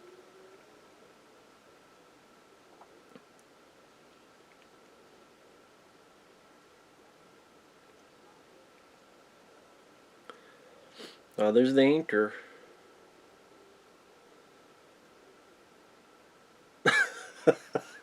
Oh my god. Oh my god. I forgot how fucking stupid that was, man.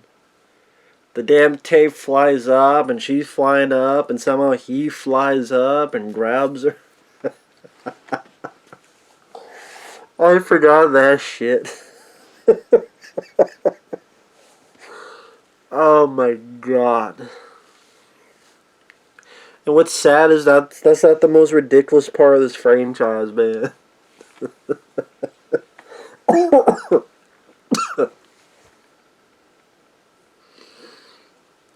You see more in 7 and fucking 9 especially, man. But you're trying to one up your auntie, and it just becomes so fucking ridiculous and so fucking goofy and so fucking.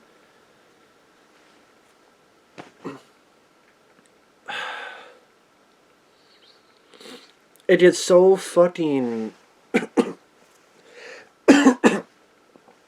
You try to go so far that you just go too far, you jump the shark. And with each successive sequel, that's what it does. How do we top this? How do we top this? How do we top this? And it just comes to a point where it's too much. You like sugar, but you have too much sugar. You like that food, but you have too much food. You like that, but you have too much of it. It's like a fucking overdose. That's what it becomes, almost like a fatal fucking overdose. She don't remember you, dude. Paul Walker, Bryce trying to talk to Letty. I put you undercover. Like, she doesn't even remember you. She doesn't know who you are.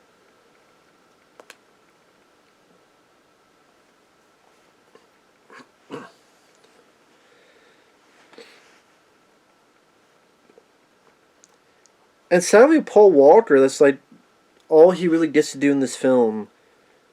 Don't be guilty anymore about Letty.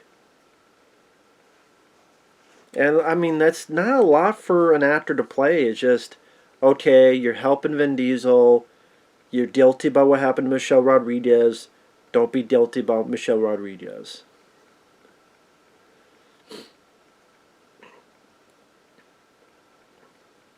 Now, this whole thing with Tokyo is that Fast and Furious Tokyo Drift takes place after Fast 5, after Fast 6. Because that's why this ends with a scene from Tokyo Drift where Son Kang gets killed. Which, when you watch that film and how it plays off and all the other stuff that's going on, it makes it really peculiar that the exact same moment that all the other shit's going on in his life, oh, that's just what happens with Deckard Shaw finally finds him and does it. I'm like, and then when you get to F9, you're like, again, it's like, you put up with a lot, you deal with a lot, enough escapism, enough, what's the phrase?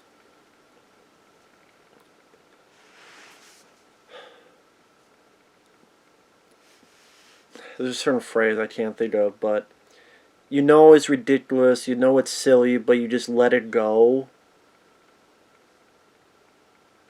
But goddamn, it just gets to the fucking point that it just gets to the fucking point you go, come on, this is just a bit too fucking far.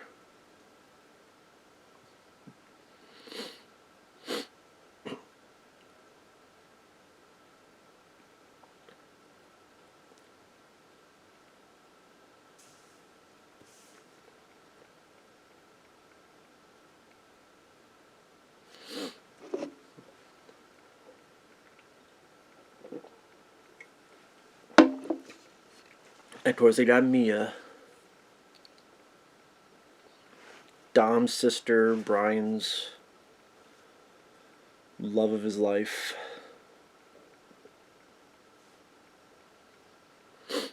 I mean, Luke Evans doesn't do a bad job watching this again.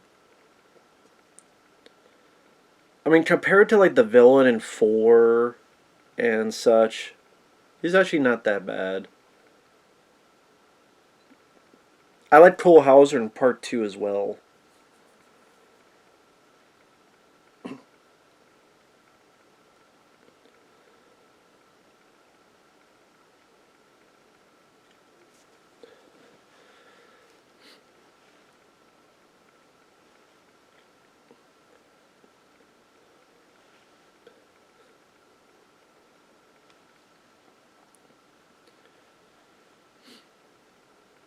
That's the thing, like, it would be nice to see The Rock, like, he keeps doing all these fucking films, right? Do, like, an R-rated movie that, like, Arnold would do in the style Commando. Like, imagine Dwayne Johnson with this performance. Sorry about that. With this type of performance, this type of badass machismo, he could throw in, like, fun one-liners, but being this badass, like, the way he holds the gun, his stature, but doing an action film in the... I'm not saying a remake of Commando. I'm saying in the style of a Commando type of movie. That'd be really cool. That'd be really... You R-rated, don't hold back. Get a little bit of his... If you want, The Rock, WWF vibe, where he talks down to people, makes fun of people, talks shit to people. Yep, I was right. Gina Carano was a bad guy. Okay. I mean... See, I did remember one or two things from this film. Okay, she was a bad guy, Gina Carano. Which makes sense, that's why she's not in the other ones. And that's how they knew... Step...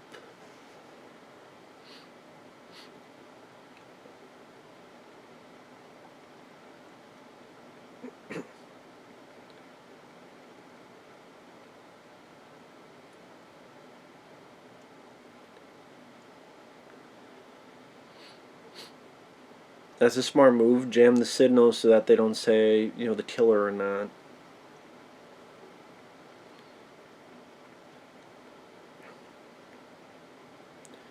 Oh yeah, it's this car chase down the runway. That's right, because you get this airplane sequence. This real Gal Gadot dies, which I wouldn't be surprised if they fucking have her come back in part 10. I would not be fucking surprised.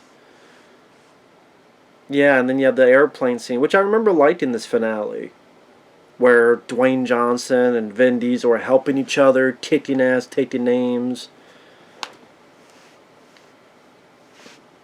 And people like me and others were really enjoying The Rock in these films.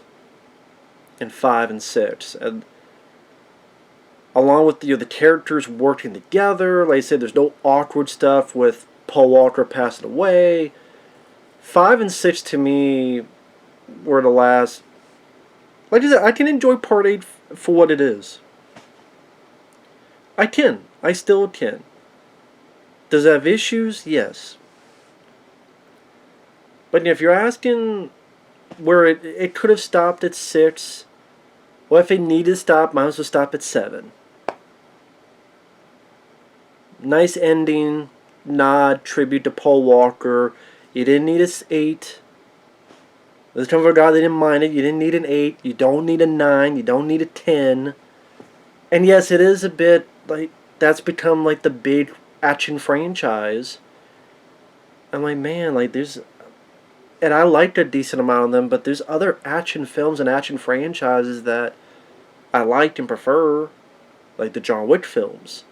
But again, I mentioned like there's Dread and Shoot 'Em Up and Hardcore Henry and these other action films I wish got the big box office these films got.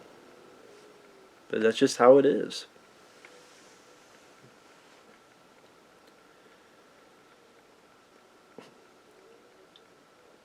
There you go.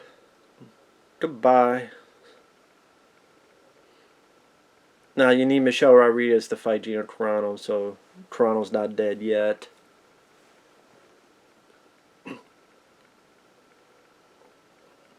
Paul Walker and this big, I'm gonna say steroid guy, but nah.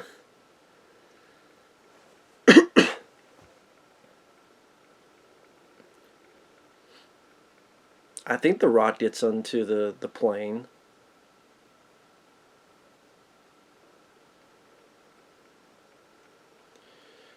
Which, you know, I'm like, I don't buy Michelle Rodriguez beating up Gina Carano, but whatever. It's a movie. You're trying to have an underdog. That's kind of the point, is that your character's supposed to be an underdog. It's like Rocky Balboa. How can you win? There's no way he can beat Ivan Drago. He's too strong. Hit the one in the middle. Yeah, it goes back to that whole thing.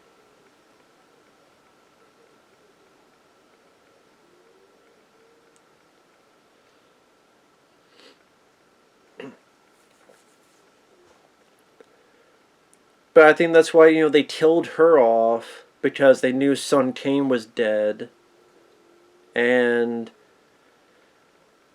it would make no sense, like, why is she not in Fast and Furious 3? Like, if there's such an item, if they're so together, why is she not in Tokyo Drift? Well, she either would break up with him, but doesn't like that would be the case, so then they kill her off. So they don't kill her off here, and then kill off Son Kane. It's just, again, they just pull shit out of a hat and go, okay, let's do this, do that.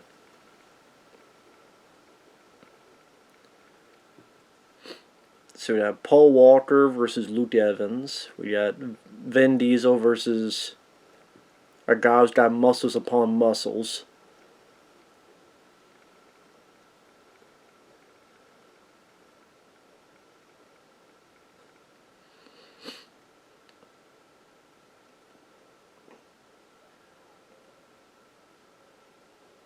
Was that a flying headbutt? I forgot fucking he did a flying headbutt.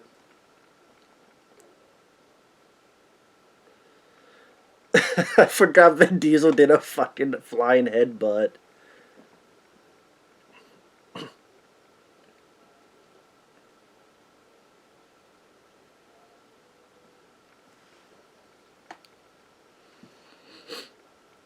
There's Tyrese trying to do some stuff.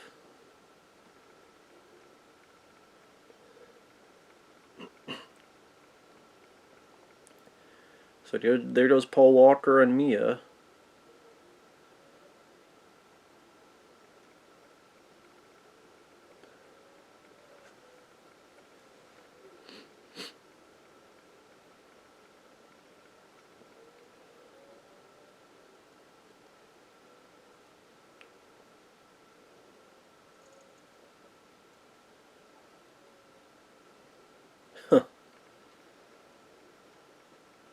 Of course, CGI there.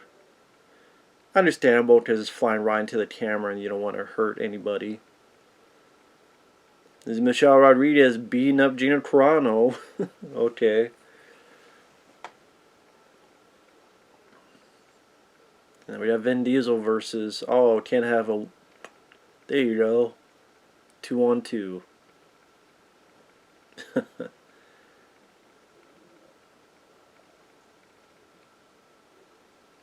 And Vin Diesel and The Rock on screen worked well together.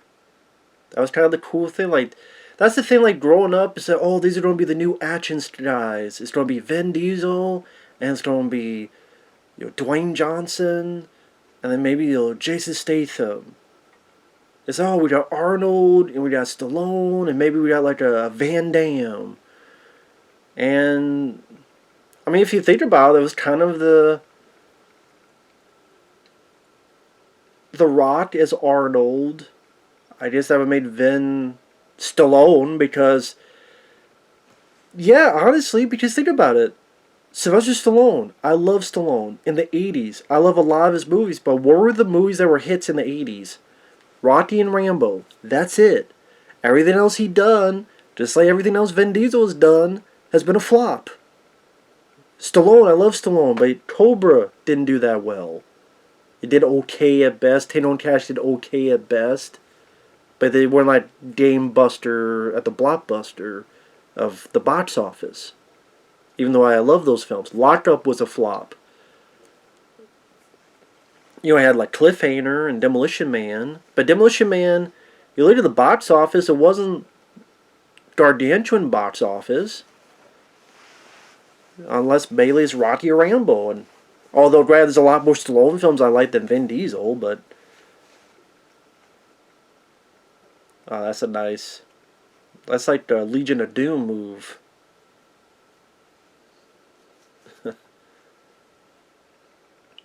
Well, the Road Warriors, Legion of Doom, however you want to call it, WWF Tag Team.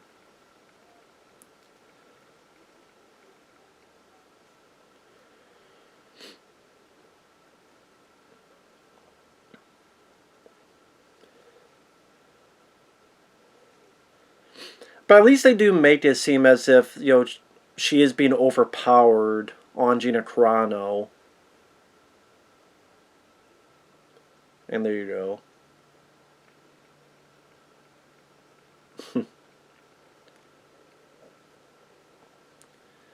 And The Rock had to help her out with a harpoon. So at least they did do it that way. That, in a weird way, makes a bit more sense.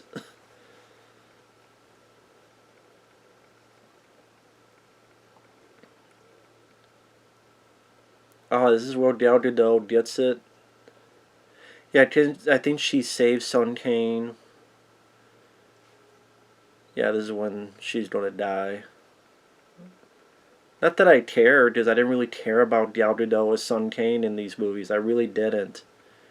I cared about the other people, I just didn't care about them.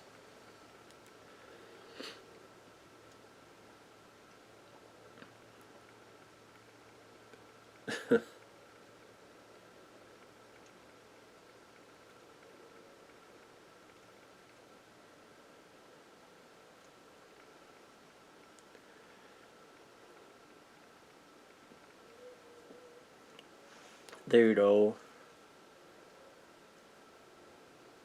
So it's pretty much they're bringing. Well, I'm explaining stuff. Sometimes I wonder if people watch these as podcasts. That's why I'm kind of explaining what's on screen.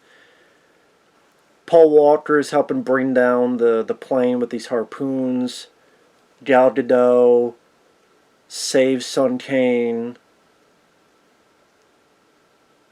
and gives her life to save Sun Kane.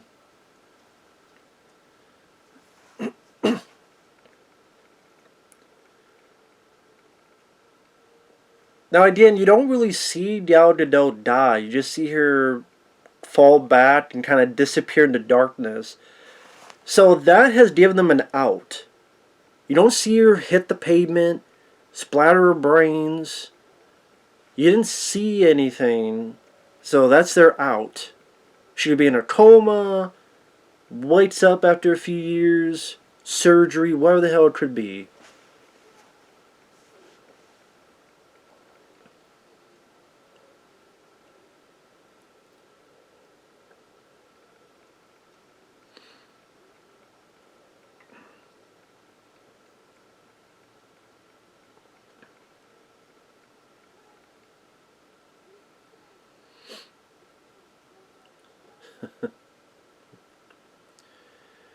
That pretty much they're taking the plane down while they have to get the fuck out of here.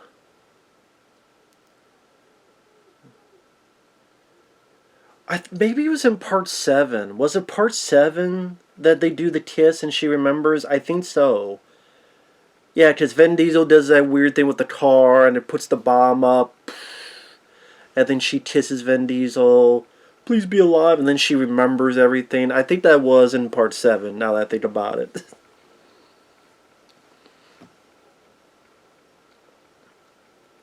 Vin Diesel's a star, so yeah, I'd give him one last moment.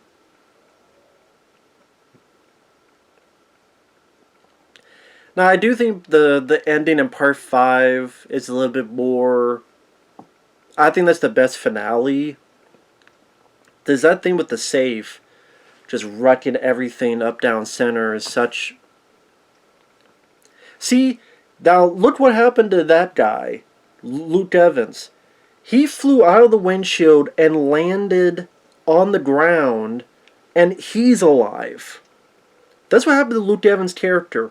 He's alive because Jason Statham finds him in a hospital in part 7, and then he's alive well enough in part 8 to help Jason Statham on the airplane to save that baby.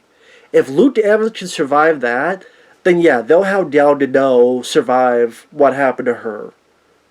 I'm just saying because Wonder Woman was a hit. They're like, hey, we'll give you some money, come back, it'll be the last film, you and the Sun Kane together. It'll give you attention because Fast and Furious, whether people like it or not, is a name that is a brand people recognize. He drives out of the plane, right? Yeah, I think he drives out of the plane in the car. Crashes through the front. Which is, I remember being a cool shot.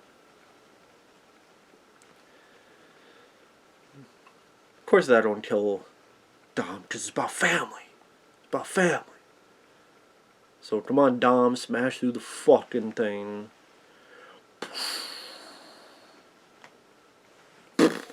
Come on, just do it already. You know he's not dead. Well, I know he's not dead because I've seen the film. There's like 3 more after this.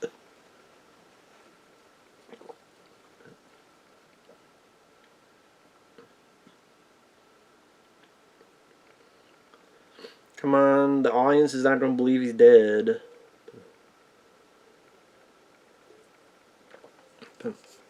Oh man, I thought he drove through the thing. He just walks out. I don't know why. I thought it'd be like, oh, he gets in a car and just like through the rubble and lands. Just because. No, he just walks out. This is Vin Diesel. He's made of diesel. He looks like Mr. Clean. Mr. Clean's brother. Mr. Diesel. Giselle is a smear on the tarmac. She's a body of spray paint. Red spray paint.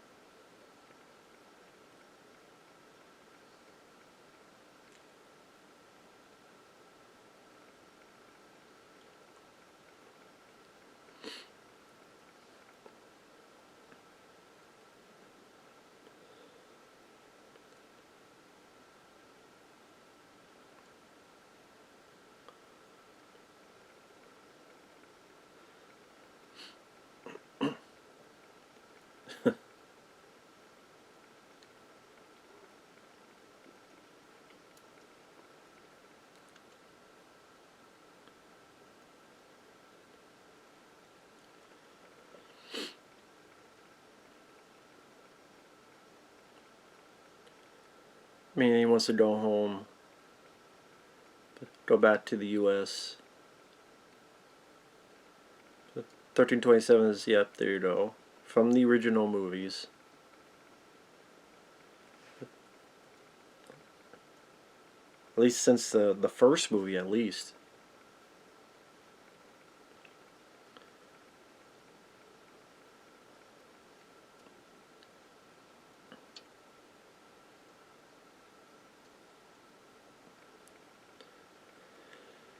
To be perfectly honest, you could just end the franchise here. Like, stop. Don't deal with the end credits with Jason Statham. Like, you could literally just end the franchise here. And it would have been fine. Michelle Rodriguez doesn't remember, but that's fine. She'll still manage.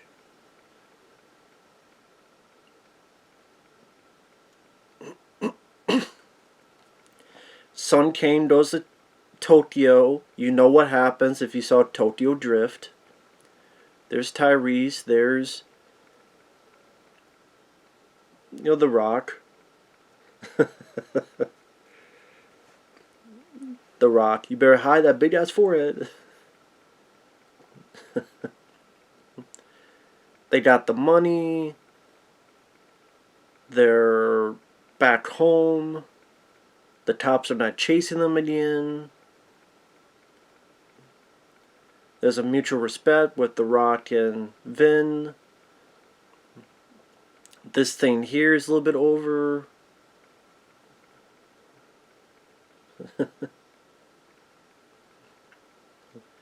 I was keeping your man warm for you.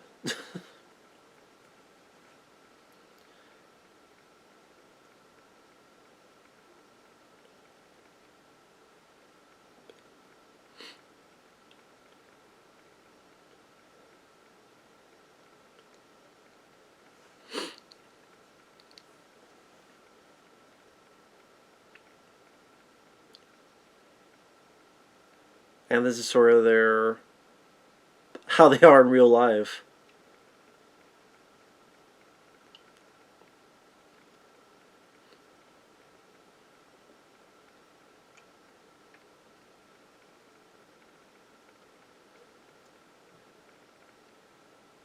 And yeah, this is, you could have just ended it here. Like, really, if you take out the end credits, it'd be fine. I mean, again, the family's there at the old house, ready to have dinner.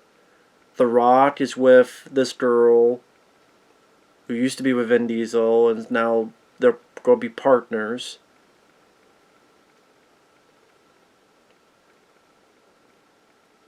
And again, Sun Kane says he's going to Tokyo. You already know what happens in Tokyo Drift, so that leads into Tokyo Drift. If you edit out, like, this could be the end of it. This could be literally the finale. You did not need any more after this. Like, someone could literally do an edit, take out the end credits, put that song from part 7, Till I See You Again.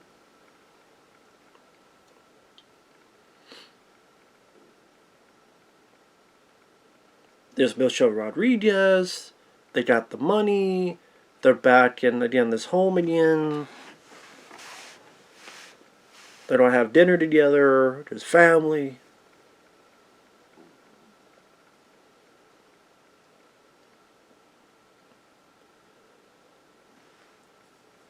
But, you know, if it makes so much money, we gotta keep milking it.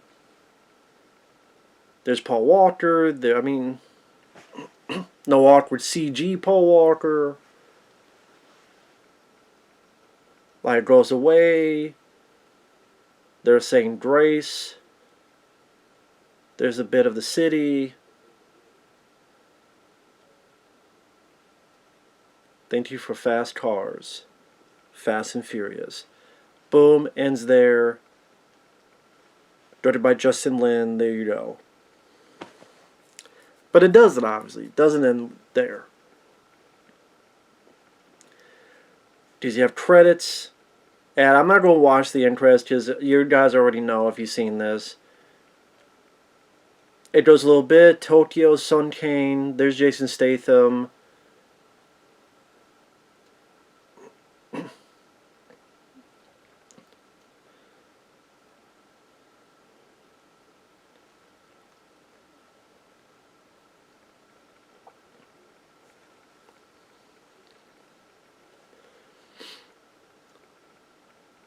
Dominic Toretto, you don't know me, but you're about to.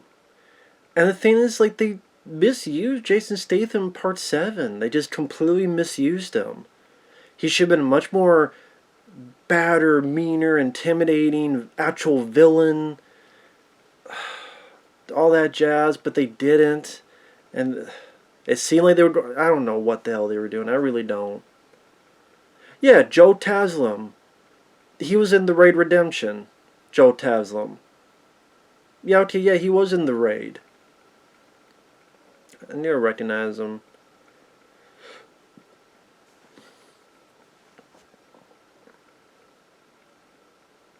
So yeah, he was in the Raid Redemption.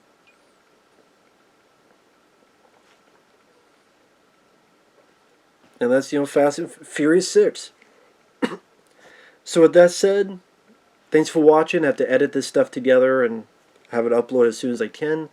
Thanks once again, Jose Ballard, for the paid request. Thank you guys for watching, whoever did made it this far. And overall, I think it's an entertaining sequel. It's a fun escapism movie. You could easily just ended the franchise here. I think this is when the franchise, after this, is when it started to go downhill. Part 7 is when it started to go downhill. And Part 9 was just, made me go, no more. It wasn't my top 20 of, because I forgot the film existed. And honestly, there's so many worse films out there that when F9 was in the top 20 worst, you know it's a shit year. So, and they're making a Part 10. Not that we fucking need it or want it. So with that said, thanks for watching. We'll see you guys later. Bye-bye.